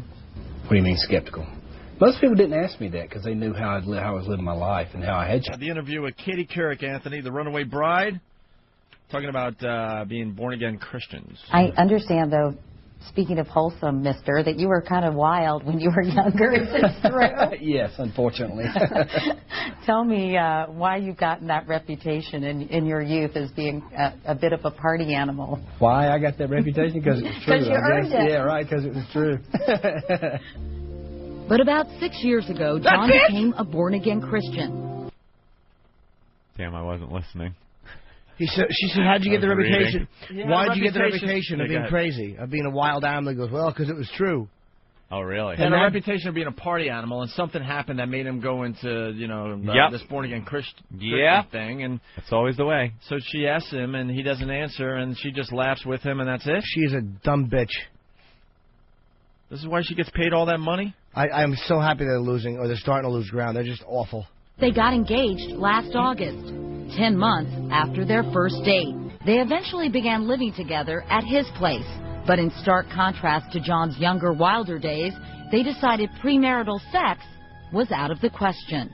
Why was it important for both of you to remain chaste or to not have intimate relations? Sorry, I feel like Dr. Ruth here, but... It was very important to both of us. That happened actually during our first conversation. She was asking me what kind of relationship we would have, and I said the relationship, if you and I ever had one, would be honoring God. And what I mean by that, we'd be pure until marriage. And if people are skeptical, John, about that to you... What do you mean skeptical? Most people didn't ask me that because they knew how I was living my life and how I had changed my life, or how God had changed my life, and knew that wasn't going to be an issue with me, regardless of who I was with. Oh, boy. I am so glad she embarrassed this asshole. Yeah, this guy, to remain pure until marriage, and this way I want to live my life, and we decided. And meanwhile, then she goes out and comes up with this perverted sex story in the back of a van where she's getting fucked by some strange guy and some girl is eating her. Does that speak volumes, sir? Does that tell you that perhaps she does not want to remain chaste? Yeah. That she really would like to get a bone in her? That's why she ran? Nice Mexican peeler slapped across her owl eyes. She's crazy. Unclipped Mexican. Adam. Roman war helmet over those huge peepers. Adam in Ohio. What's up, Adam? Hey, guys. How's it going? Little Jimmy? Hey. What's up? I in high school one time I took a beer truck. Just it wasn't, because I was hungry for attention or needed help. It was just because I was really thirsty. You stole a beer truck? Yeah. Me and my brother, we lived above a bar, and the guy was delivering, and we just hopped in and took it. Homecoming weekend, and had a nice little party. How much beer did you get out of it? We had a total of, about 5-6 cases. When the cops showed up, there was still beer in the truck. And, of course, I got charged with underage consumption, and because I was the oldest guy there, so I got charged with contributing to minors and doing all that fun stuff. Did you do any time, or? No, I just got kind of slapped on the wrist and got put on probation. It was just, a little kid stunt, so they really couldn't do anything to me. Yeah, all right. All right, punching out, boys. Thanks. All right. When I was a teenager, I was drunk one time. We wanted some snack food. We didn't have any money. So I was so drunk, I walked into the Krausers, and I stood on line with like 2 bags of chips or Fritos. And then as I got, there's like a whole store full of people. And as I got close to the register, I just bolted out the door. Oh. With my snack food. You should have thrown a fire extinguisher at his face. That works. Slows him down. I was a faggoty criminal. I will run with these chips and you won't catch me. Guys, we got some white-collar crime. Oh. Eric in Colorado. Morning, boys. Morning, Eric. Gee, to think my cry for help, I embezzled $100,000 from a bank. Okay. Really? I worked as a security guard in a bank, and I needed some money to pay some bills, and I embezzled about $100,000. They only proved 15,000 of it. They could not prove that I did the rest because I had basically squirreled it away. What's your last name? And where's the money hidden? Yeah, where is it? The money's gone now. I've spent the money. You did? I spent it. That was 15 years ago. I did 5 years in a federal penitentiary for embezzlement. Actually, they reduced the charge because of the amount, because they could only prove 15,000. They reduced the charge to bank larceny. Dude, you did 5 years for $100,000? 15,000. 15,000. Yeah, but what you got out of it was $100,000. Yeah. You cashed in 5 years of your life for $100,000. I didn't even cash it in. What it was is I have a felony record. I did 6 months on what they call a house arrest. I did 3 months on work release from the federal prison, and the rest of it was supervised probation. So I was actually, for basically 4.5 years at the time, I was actually still on the street. I was able to work and whatnot, but I got the record for it. They could never prove a the little rest much of the for $100,000. I know, man. Opie and Anthony make that in a week. Yeah, but I'll tell you something. The worst part is the way I got the majority or a good portion of the money, the banking system to this day has still not improved that security, and a security guard could still do it. How's that? Why don't you say it? We're not bankers. Well, at the time, the job that I had, I helped balance the ATM machine. So what he would do is take a fraction of each penny that was deposited and put it in an account and slowly, like Superman. What was happening was Superman when somebody would deposit an envelope with just cash in it, I would just take the envelope full of cash, slip it down the front of my pants, and because nobody was watching what I was doing. The head teller would hand me the envelopes. I would count the envelopes, write the count on the balance sheet. If there was one that had just cash in it, I'd slip it down the front of my pants. I would do that all. I used to deposit cash all the time like that. Don't do it because it's the easiest way to get money. I was getting there were days I walked out of that bank with $2,000-3,000. So what happens? And the person's just screwed? Yeah. Or the bank, if it was somebody that the bank knew, like there was one chick that I nailed. I probably got about $4,000 out of from this one woman. She was a stripper, and every couple of days she would deposit the money. Wait a minute. If you deposit cash in an ATM, there's a record of your deposit. You swipe the card, you put it in. It actually. But that doesn't matter. The way it works is if there's just because you put the deposit there. You could deposit an empty envelope. Sure. Yeah, but where's that empty envelope then in because it records every envelope that's being sucked into it. Right, and they never were able to prove they could not prove the money I got from the ATM machine. The only thing that I screwed up on was I actually took a bundle of $5,000 out of the vault. I did it 3 times, and that's when they caught me. Oh, so you never got caught for the ATM stuff? No. How'd they catch you in the vault? For a year and a half because they had already balanced the vault. They had already balanced the vault, and I had access. I had a key to the vault, and I happened to walk in there one day, and here was about $75,000-80,000 laying out. No cameras in the vault. Nope. Not back then. I just grabbed a bundle of $5,000 in hundreds, flipped it into my pocket, walked out, closed the door to the vault, and they never figured it out until about a week and a half later. When all of the money had gotten transferred to the main branch downtown, and they were counting it, and they said, wait a minute, there's 15,000 missing, and when they started investigating it, there was they looked at all the people who had keys to the vault, and there was 6 of us. and it came down to me and this one chick. I remember. And then the guy got caught because he had bought a Cadillac, and then another guy had bought a fur coat. Yep. She said, I told you not to do anything. My wife loves this bank vault. What's the matter with you? The only reason What's the matter with you? The only reason I got caught is I slipped up, and all the money I had been taking, I was not putting in bank accounts. I was just, hiding it someplace where nobody would find it, only I knew about, and I screwed up, and part of the $5,000 I used to pay a bill with. Oops. And that's how they caught me. What do you do? They can only prove it. Prove 50. What do you do now, Eric? I'm a long-haul truck driver. And here's the worst part about security in the United States. I have full customs security access to various ports across the United States. The company that I work for, we haul military freight. And but he's I'm a convicted felon. There you Does that go. tell you how great our security is? Ouch. But of course my company, my employer, and I've talked about this, and they have just absolute and complete faith in me because they know that I would never do it again. Because if something ever happened, any load I'm hauling or anything like that, if even the slightest thing missing, I'm the first suspect. Well, yeah. They don't worry about it. Even when I got my customs clearance, they looked at the record and they said, you do realize anything and you're the first suspect. And I'm like, I'm the last person you got to worry about because I do not want to go back to prison. I've got too much other things in my life worthwhile now. Wow, very interesting. Yeah, but still, if somebody works in a bank that has that kind of access to an ATM, if nobody's watching, it can still happen, and I know it still happens. So that stripper, they knew she made deposits, so they gave her the credit for it? Because they went back and looked at her transaction records. Yeah, I still don't. Got a lot of people saying they don't get the ATM scam because there's such records being kept of every envelope that goes in there. The record keeping is better now. You got to remember this was in 1990. The record keeping now is better than it was, but I have an acquaintance who is a security guard in a bank now, and he says that they could still do it.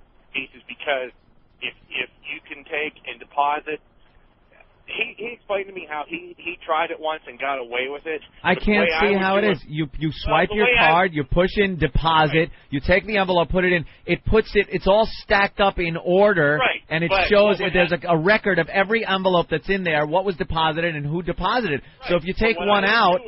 What I would do is that she would hand me the envelopes. All she would do is take the envelopes out of the deposit, she would hand them to me. Yeah. I would count them. If there was one that had cash, I could tell it had cash.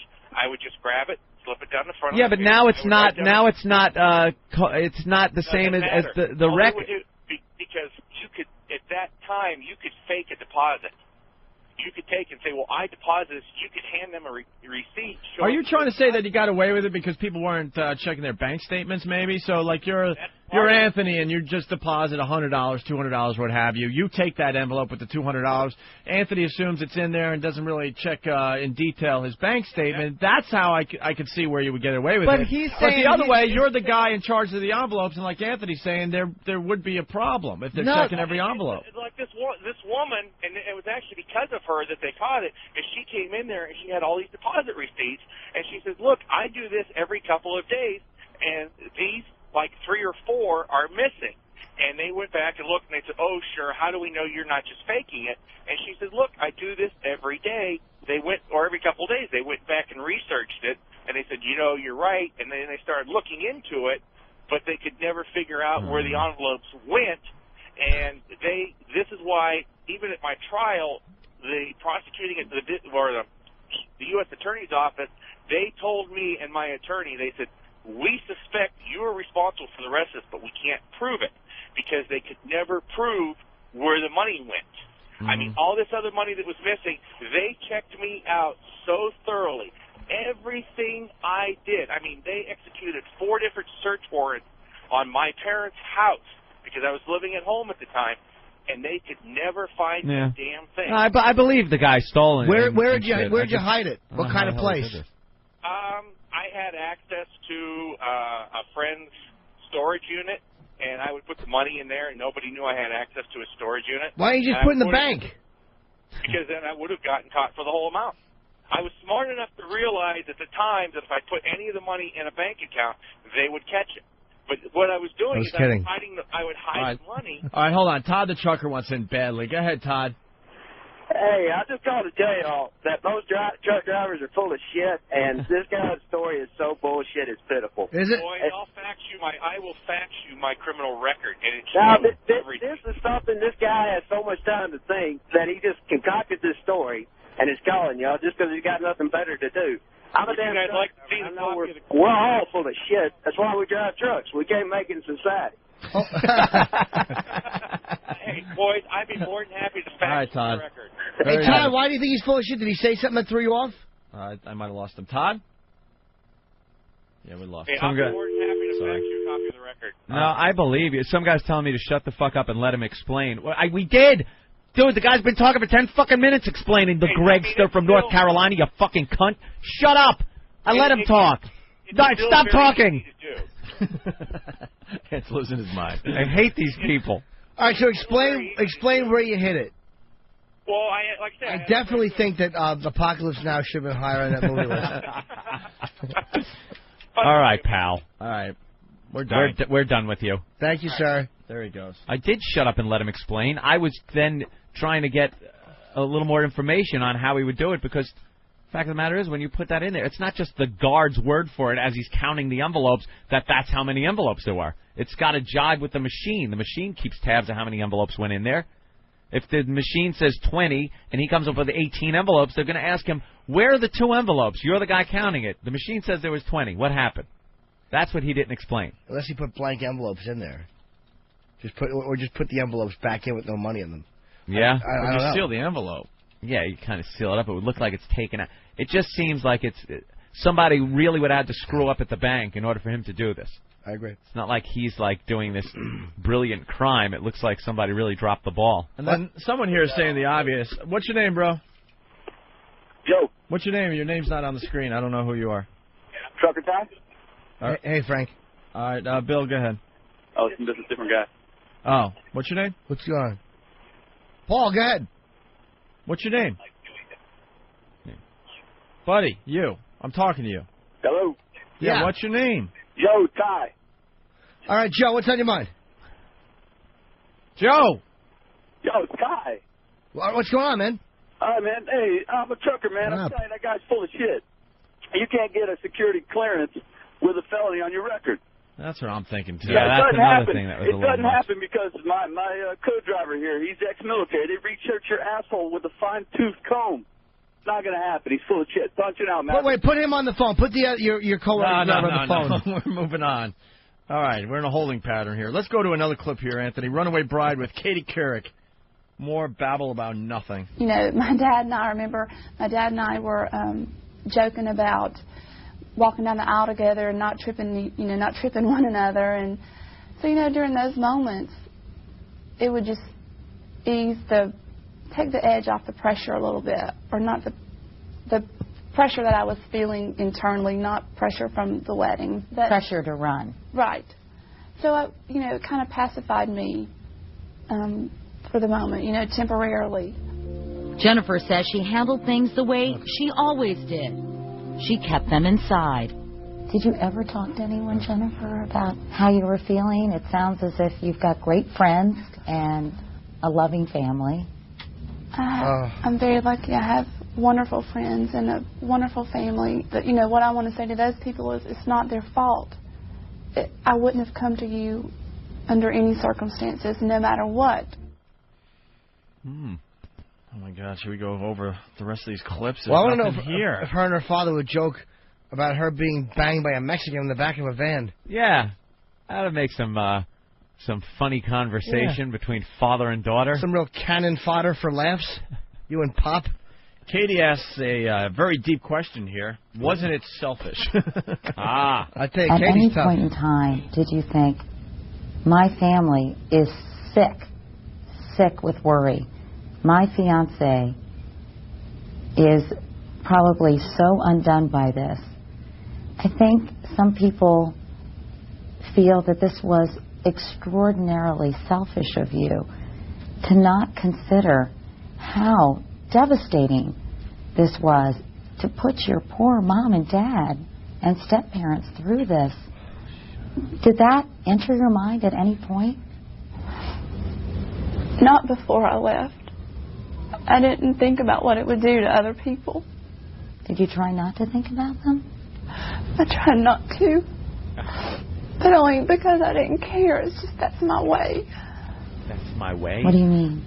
I was running from that. I mean, I knew that I had hurt them, so I just pushed it down, tried not to think about it. And I know that sounds so harsh. Did you hear what Katie Couric did? This fucking... Some people are saying that it's selfish. Can you have the fucking balls to just go, look, that seemed really selfish what you did? That's selfish. People say, not me. I'm sitting here not judging you. 15 or 18-second question. Yeah. And they have to, like, put words around it to hide what she's really saying. Right. Hey, look, you had a lot of people worried. Don't you think that was really selfish? There you go. End of question. Yeah. Holy shit. You know, I mean, there were a lot of people concerned. I mean, a lot of people might say that was selfish. Did you ever... Shut the fuck up. God, you're awful. You dress horrible and your questions are awful. You get to the bottom of nothing. I know nothing more about this case. No. Nothing. I guessed this. Yeah. She's selfish. Well, let's skip to hopefully some better clips. This one's about how she made up the rape story. Back in Georgia, at first, there was jubilation. She had been the victim of a kidnapping, but released alive. By then, though, Jennifer had told police even more disturbing details. She had been forced into a blue van and raped. A heartbreaking story, but not a word of it was true. At Albuquerque Police Headquarters, her story collapsed. I think that it just sort of clicked with me and it clicked with them that I wasn't telling the truth. I got really scared. I knew that I couldn't keep that up. I thought there's going to be this manhunt out there for these people, and, you know, there's going to be these people that are wrongly accused because of me, and I felt horrible about that. At one point, I know, one of the detectives reportedly said, we can stop looking for the van, right? And you said yes. How did you come up with that story? How?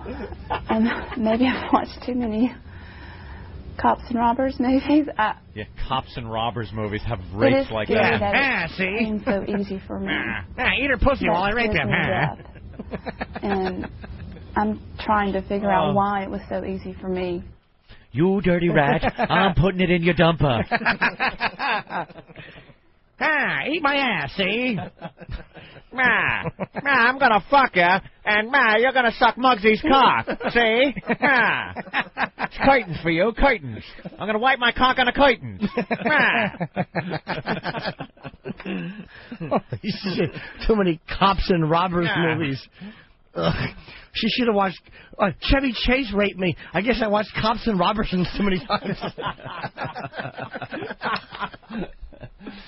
Cops and robbers movies. What the fuck? What is she talking about? She is atrocious. She made up a story of a Puerto Rican threesome in a van. I watched too many Jimmy Cagney movies. Look, Ma, I got no... fuck me, I stink today. I was going to say I got foreskin, but I said I got no, and there was no backing out of it. I have no improv skills today. Yeah, that sorry. was a rough one, Jimmy. Dude, I'm just Top tired. of the bug-eyed bitch's pussy, Ma.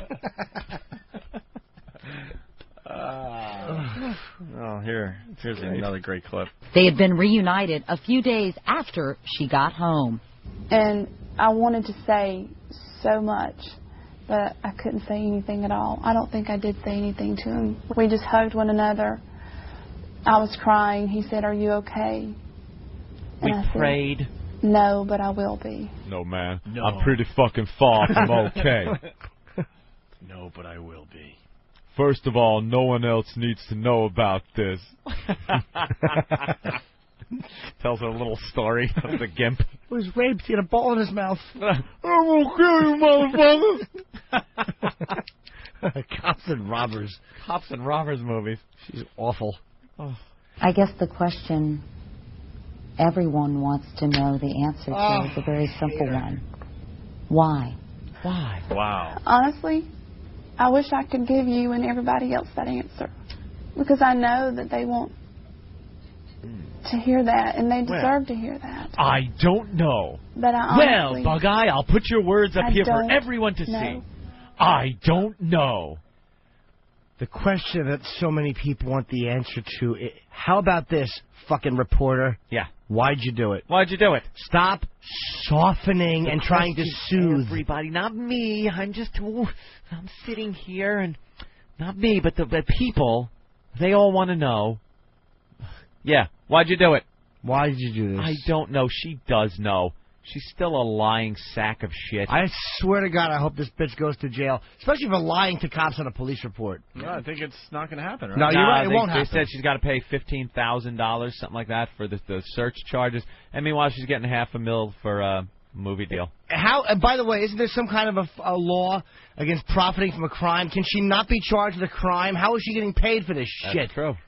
Because it's not really being charged for a crime. I don't care that the news picked up on it. That's the news' problem. But she lies to the cops, files a false police report, and she's getting $500,000. This country stinks. There it is. Black people do have a point when they bitch. Look, this fucking Aruba chick, it's horrible, and I feel terrible. She's on the news every day because she's a pretty white blonde chick. Yeah. This chick does this, and then the whole country is concerned. Where is she? Now she's a victim. Criminal bitch. Because they thought she was pretty because they had an old photo of her before she got all bug-eyed. You know, two then realized they made a mistake. Two black guys, teens, were shot dead in St. Thomas, I think it was. Maybe. Island might be wrong. When? Same area. A couple of, about a week and a half ago. And they're trying to find the killers, but no sign. No one really cares. Keith Robinson had a really funny joke about when Jessica Lynch was in Iraq and she was missing and everything, about how she just fucking booted Shoshana. What was that girl's name? The black the black girl. Yeah, I can't remember just her name. Just kicked her. I want to say Shoshana Johnson. Someone else might know. Just kicked her out of the fucking news. Oh, totally. God damn it, there's a point to that. You know what it is, though? It's demographics. Yeah. You got to look. The majority of this country is white people. Still is. Maybe that'll change in the future. So when maybe human beings are, you're more concerned with people that are more like you than you are with people that aren't. It's basic human nature. Blonde hair and blue eyes, right? That's right. Why can't we? That's just the way it is. And that's why it gets more attention. And I know the human instinct part of it, but the news, again, I'll agree with you, but let's say stop putting that fucking asterisk like you're unbiased and you're just reporting things as they are. Yeah. You know, you're not doing that. You can't have both ways. You know, because you're right, it's going to create, they're trying to do this whole thing, and it's going to create a mongrel class of people. Malada. Ask them if they want to help save this country from the onslaught of integration. You know, the system is they want to throw white children and colored children into the melting pot of integration, out of which will come a conglomerated, mulatto, mongrel class of people. Both races will be destroyed in such a movement. I, for one, under God, will die before I'll yield 1 inch to that kind of a movement. Oh, maybe I shouldn't be clapping. Sorry, I got caught up in it. And he's a really old man, too. Yeah. He's an older gentleman. Oh, he probably remembers the days, I could have had you shot for that. Well, this is from the 60s. That was from Mississippi Burning. That's 1960s Klan footage. Yep. All right, let's go to Gary. Gary, what's up? Hey, just 2 clips ago, I can't believe you guys let this go. Didn't you hear? She said that they just sat and hoed each other. And? They didn't hold each other. They sit and hoed them. Oh, I didn't catch it. Oof. Thank you for pointing that out, sir. Yeah, all right. Let's go back to the clip here. Well, you must be a fun guy to watch TV with. You catch everything. And this is the part that a lot of people don't know. I had a bottle of pills, or I had the bus ticket.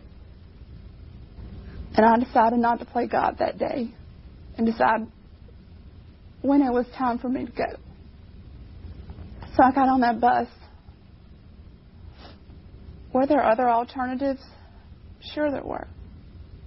But that's all I knew at that moment, Katie. And I'm so ashamed and feel so guilty for the people that I've hurt and how this has affected many people's lives. But at the same time, it's the best mistake I ever made. allowed me to realize that I desperately needed help. And that's what I did, and that's what I'm getting now. You say you had a bottle of pills. Were you seriously considering suicide? But I tell you, Katie doesn't, because I thought she had Flintstones chewables. Yeah. Katie gets right to the meat of it. Hell of a follow-up there, Yep. Katie. Want to make sure everyone knows, the people here watching know. Suicide. Oh, what do you think she was going to do with the pills? What? Birth control so the Mexican didn't knock her up? Have a little mud baby. I didn't want a little conglomerated Malata mongrel baby. Clearly, these demons don't kind of show up overnight. Exactly. How long have you been wrestling with this? This is the sad part about it for me since birth. They told you it's depression or panic disorder or anxiety. All of the above. Have they? So they diagnosed you with anything specifically, or? No. We're not supposed to put labels on it. Yeah, so that means no. They didn't diagnose her with anything. She's a selfish moron, is what she is. And what the pills and the bus ticket, and I had a choice, and what she still never says what the pressures were and why she ran. She said it wasn't the wedding. She said it was not the pressure of the wedding. What was the problem? Katie really got to the bottom of that. Just look at her and go, what were the issues that made you run? I don't know. What made you run? She's not being honest in this interview, and Katie stinks. Katie is an atrocious, no-answer-getting, fucking over-the-hill, not cute anymore bitch, and she makes me physically ill. Yeah. She stinks, and I don't like her. Last clip, thank God. What do you say to the angry people? Some people are furious. Some people.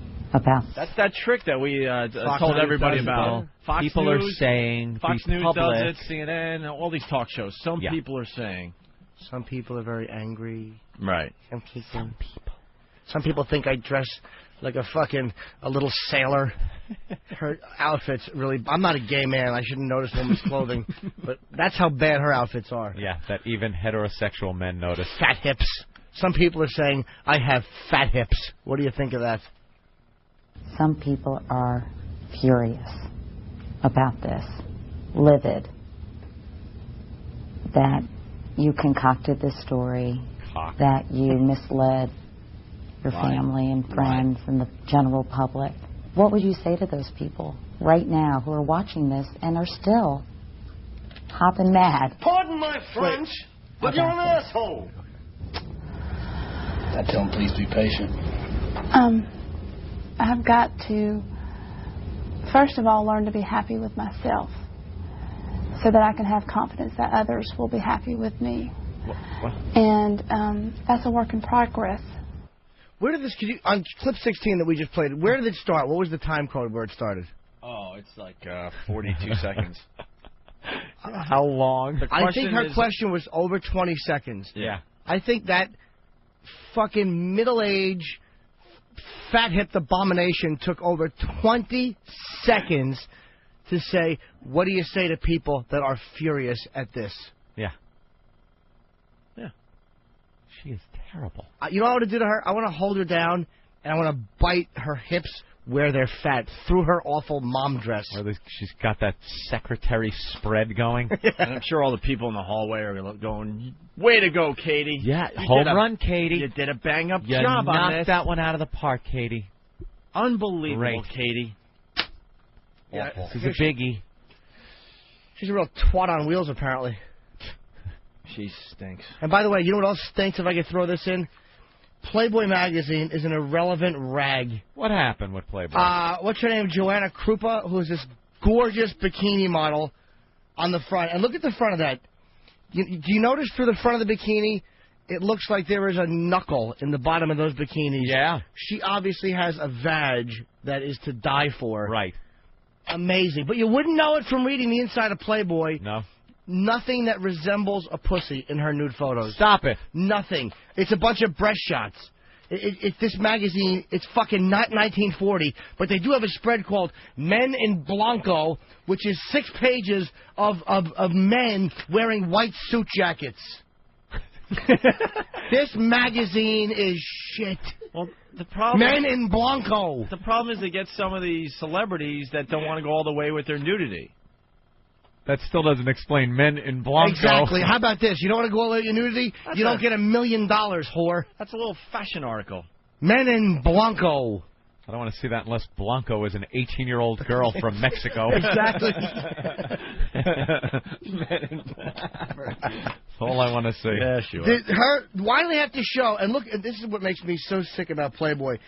They show this fat knuckle, and when you open the front page, they have the contents, cover story, the part of the photo they show in cover story. Look at that. Knuckle. The bottom of the bikini where that little bulging knuckle is winking. It tasks me. Look at it. It looks like if you turn it sideways, it looks like Hitchcock's profile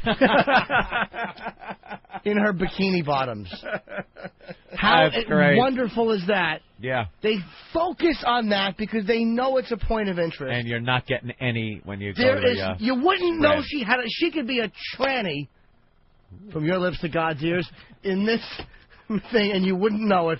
Because nothing that resembles a pussy is being shown. Playboy blows. I got to go to the phones. We got to take our beating today. Ryan, go ahead. Hey, I just cannot believe that you give that fucking whore any airtime. The way that she's playing herself as the victim, please. Yeah, but we are kind of giving her a beating, though. We're not agreeing with it. We're kind of smashing her. Yeah, we had a couple good smash fests here. But it was a big news story. Huge news story. We thought that Katie would actually get to something. Nothing was accomplished in that interview. Katie Couric has to offer. Nothing. She's a shallow whore. Dude, did you hear, though? Katie got to the bottom of some things, because some people are saying things, and Katie did kind of ask that. All we learned throughout her whole life, she's had a tough time talking to people about her problems. The problems that she has, we don't know. She's never been diagnosed. Thank you very much. That's it. What? I don't get it. She has nothing to offer. Why is she paraded across the media? There's nothing. Nothing there. She is terrible. Why is it that Americans are enamored by that dumb whore? Not as much these days, my friend. God, it is just my girlfriend, Diane Sawyer, is starting to kick Katie's ass. Oh, I don't know how you look at her as an attractive woman. I don't know what it is either. I don't know what it is. Diane Sawyer. To drop to a knee and just punch her in her fucking... There are times. Wow. There are times Diane Sawyer just comes on that screen all motherly and kind of hot for no reason. This is true with that little cardigan. Motherly and hot never, ever go together. Ever. And I stand there in the office and I just kind of look at the TV and just get a nice warm feeling. You want to nuzzle in her bosom? You ever pinch your helmet through your sweat looking at Cokie Roberts? You just want to take your sweet little head and just rest it against her supple bosom. Oh, I never had an older woman fetish. Even when I was 9, I liked them younger. Oh, yeah. Never liked I don't know women. what it is with Diane Sawyer, but I'll take a little look every morning. See what Diane's wearing. Anything that resembles mommy, nothing. I want nothing sexual to do with.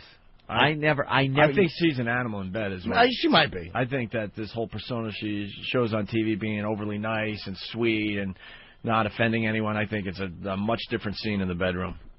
That knuckle. No. You know what scene was disgusting to me?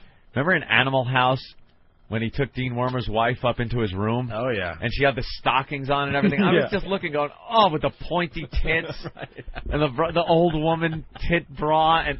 I'm watching that the old woman cologne. Yeah. I wanted the other scene. I like the other scene with the guy that was with the girl from the grocery store. Nothing for me today, thank you. Sometimes the only time an older woman is sexy to me, some of them are really hot, but situationally, again, that was the dean's wife. Something like that can be hot because it's so dirty and inappropriate, but just like a Diane Sawyer older, I wish it did. It's like a big fetish, but nothing. Yeah. The little girl in Animal House, what other role did she play? She was in Caddyshack. Very good. As Lacey Underall? Well, thanks for nothing. No. The Scottish. The one with the filthy feet. Oh, she had a huge career. And the big muff and the panties. Yeah, the Scottish chick. Huge career. Worked at Halfway House on the course, yeah. Yeah. Same chick. I have to tinkle. I'll be back. Oh, going already? I can't wait. You little All right, bladder. As we go to we break. don't have to break. No, we've been talking for an hour. As we go. Let's pet him real hard and scratch his back so he pees on the floor. Gets all excited. He just gets excited. As we go to break. I'll scoot on the rug. It's Leno. Yeah. We go to the monologues every once in a while when there's a big news story, and we were talking about Saddam Hussein loving the Doritos and all that yesterday and hating the Fruit Loops. And, Jay Leno did a great job on his monologue as far as that is concerned. We'll go to that as we go to break. What, Jimmy? What Letterman do? A couple of mustache jokes? Well, if you could wait just one more minute, we'll do the Letterman. Oh, you doing a comparison? Well, I wasn't even going to play Letterman, because now I'm with you. I'm digging the Jay Leno. But here's Letterman first, all right? All right. Here's another way you can tell that it's summer. Saddam Hussein has switched to Cool Ranch Doritos. So that's good. You see that in the paper? Apparently, while he's in prison, Saddam Hussein says that he loves Doritos. Boy, I'm telling you, you can't buy publicity like that, can you? You can't. I mean, honestly, if you have a snack food company, you want that endorsement from the butcher of Baghdad. But apparently, they say that Saddam Hussein got hooked on Doritos at Chemical Ali's Super Bowl party. That's really funny. Really funny.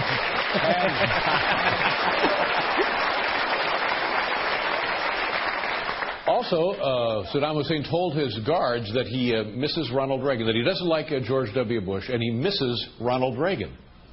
Well, good news, Saddam. You'll be seeing him soon.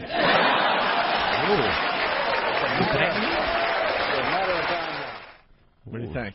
That's not bad. I mean, I'm not a huge fan, but the line about the Chemical Super Bowl party is hilarious. That's funny. You're biased, though. But I recognize that Letterman's funny. I don't think he stinks. I just don't like the way he doesn't go after certain things. By the way, Diane Sawyer is 60 years old, Opie. She is not. Yeah. Is she really? Born in 1945. I can't fake that. Are you serious? That's what. She'd smell like that perfume that old ladies wear when they leave the room. 8 minutes later, it's still there. Yeah. That awful. And it just sounds like the clank of charm bracelets. Oh. You know, the old lady charm bracelets with the little heads on it. The grandkids on it. Oh. Yeah. You like that? Not that she's 60. Diane That's for Sawyer. sure. They make her look younger on TV. But that's 30 years older than you. What are you going to do with that? I don't want people to know I'm 30, dude. Relax. Nuzzle her bosom. Yeah. What are you going to do? All right. Here's Leno doing some jokes about Saddam. And according to an interview in GQ magazine, Saddam Hussein says he wishes to be friends with President Bush. Isn't that ironic? The one foreign leader who reaches out to President Bush, and it's Saddam Hussein. the one ally we have. What are the odds? The one guy. Hey, did you see this on the news? They showed these two soldiers that were guarding Saddam when they were over there in Iraq, and they said Saddam gave them advice on how to seduce women. They spent a lot of time with Saddam Hussein, and he gave them advice on how to get women. And I guess Saddam has released a DVD with some of his advice on it. We'll show a clip from Saddam's new DVD. Oops. Gas her with some chemical weapons. Kidnap her family. Torture her. Let her know who's the boss.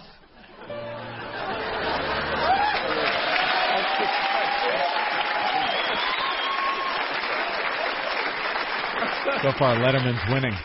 Although I do like the fact that he mentioned gas and torture. I respect that. And according to the same GQ article, Saddam Hussein says he is 100% certain that he will one day return to power. You know, kind of like the Clintons. You know, same.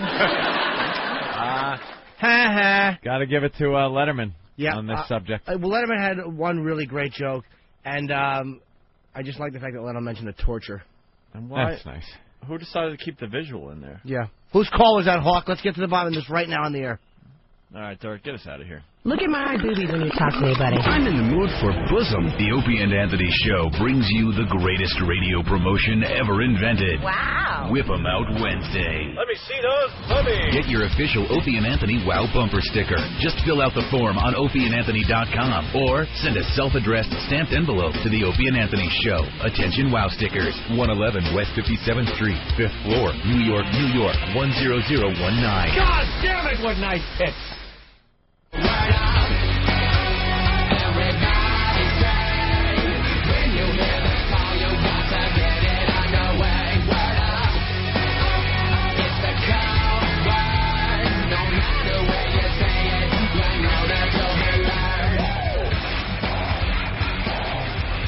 And we're back with the Opie and Anthony program.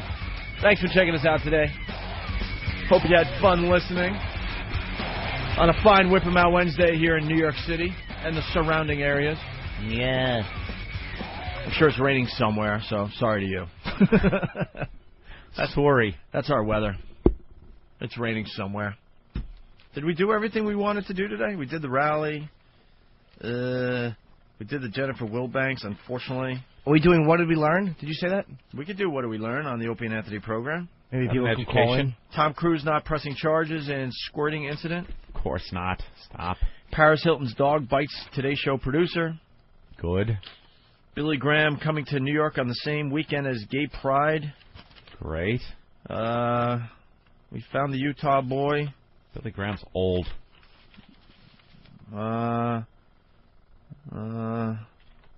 Leo DiCaprio, that's right, he got a bottle thrown at him at L.A. premiere or party or something. Yeah, he was at some party and some uninvited girl was there, and I guess she had a problem with him and threw a bottle. Can I see that again? Sorry. At his head. Yeah. At the side of his head. Yeah, I just saw that. Is that Diane Sawyer naked? Is that really her naked back in the day? It looks like it. One of her model photos. It looks like a model photo. Wow. She's got a huge beaver pelt. Yep. And a long string of like pearls. Her. And she's on her back, looking to the side, and the pearls go from her neck all the way down to that big snatch beaver pelt. It looks like her. Was that taken? Well, 1950. You can tell by the muff that's going to be at least 72, 73. Yeesh. Gotta know how to read muff. I think that Leonardo DiCaprio thing though is that chick at the party that wanted to have sex with him, and he wasn't giving her the time of day. She got all pissed off. Fuck you! You don't give me the time. Threw a bottle at him. Was he the actual target? I heard he was not the intended target. She did a good job hitting him. No, what I heard is it was an ex-boyfriend of hers was there. Yeah. And there was some kind of a problem, and she wasn't invited, and I think he might have just been there, and she might have smacked. In the way? I don't know. I heard there was an argument between those two beforehand. Oh, okay. I don't know. I heard it was an ex-boyfriend. You know me. I get the stories from the same place you do. Well, no. People are saying that there was some kind of a stressful thing. People are saying. We don't do that on our show. I don't want anyone to really be uncomfortable. Let's go to Pac-Man. Hey, Pac-Man, what's up? Hey, what are you doing this morning? All right. Hey. You didn't talk about Brian from Fox and Friends getting in a fight yesterday. What happened? He got in a confrontation with one of them ultra-left guys about the Freedom Museum and another woman on the show, and they got in a big fight about it because he insulted her, and he confronted her. That Freedom Museum, the people behind that should be just smashed in the face. Those fucking.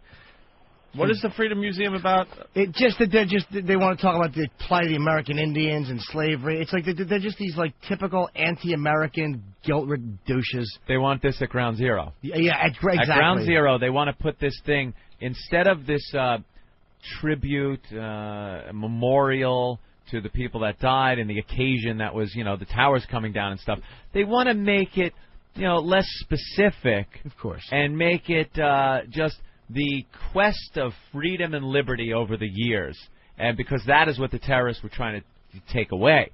So instead of, paying tribute to the firefighters and the people that died on that day, they want to put, the plight of the American Indian and slavery and any other group that feels downtrodden in this country.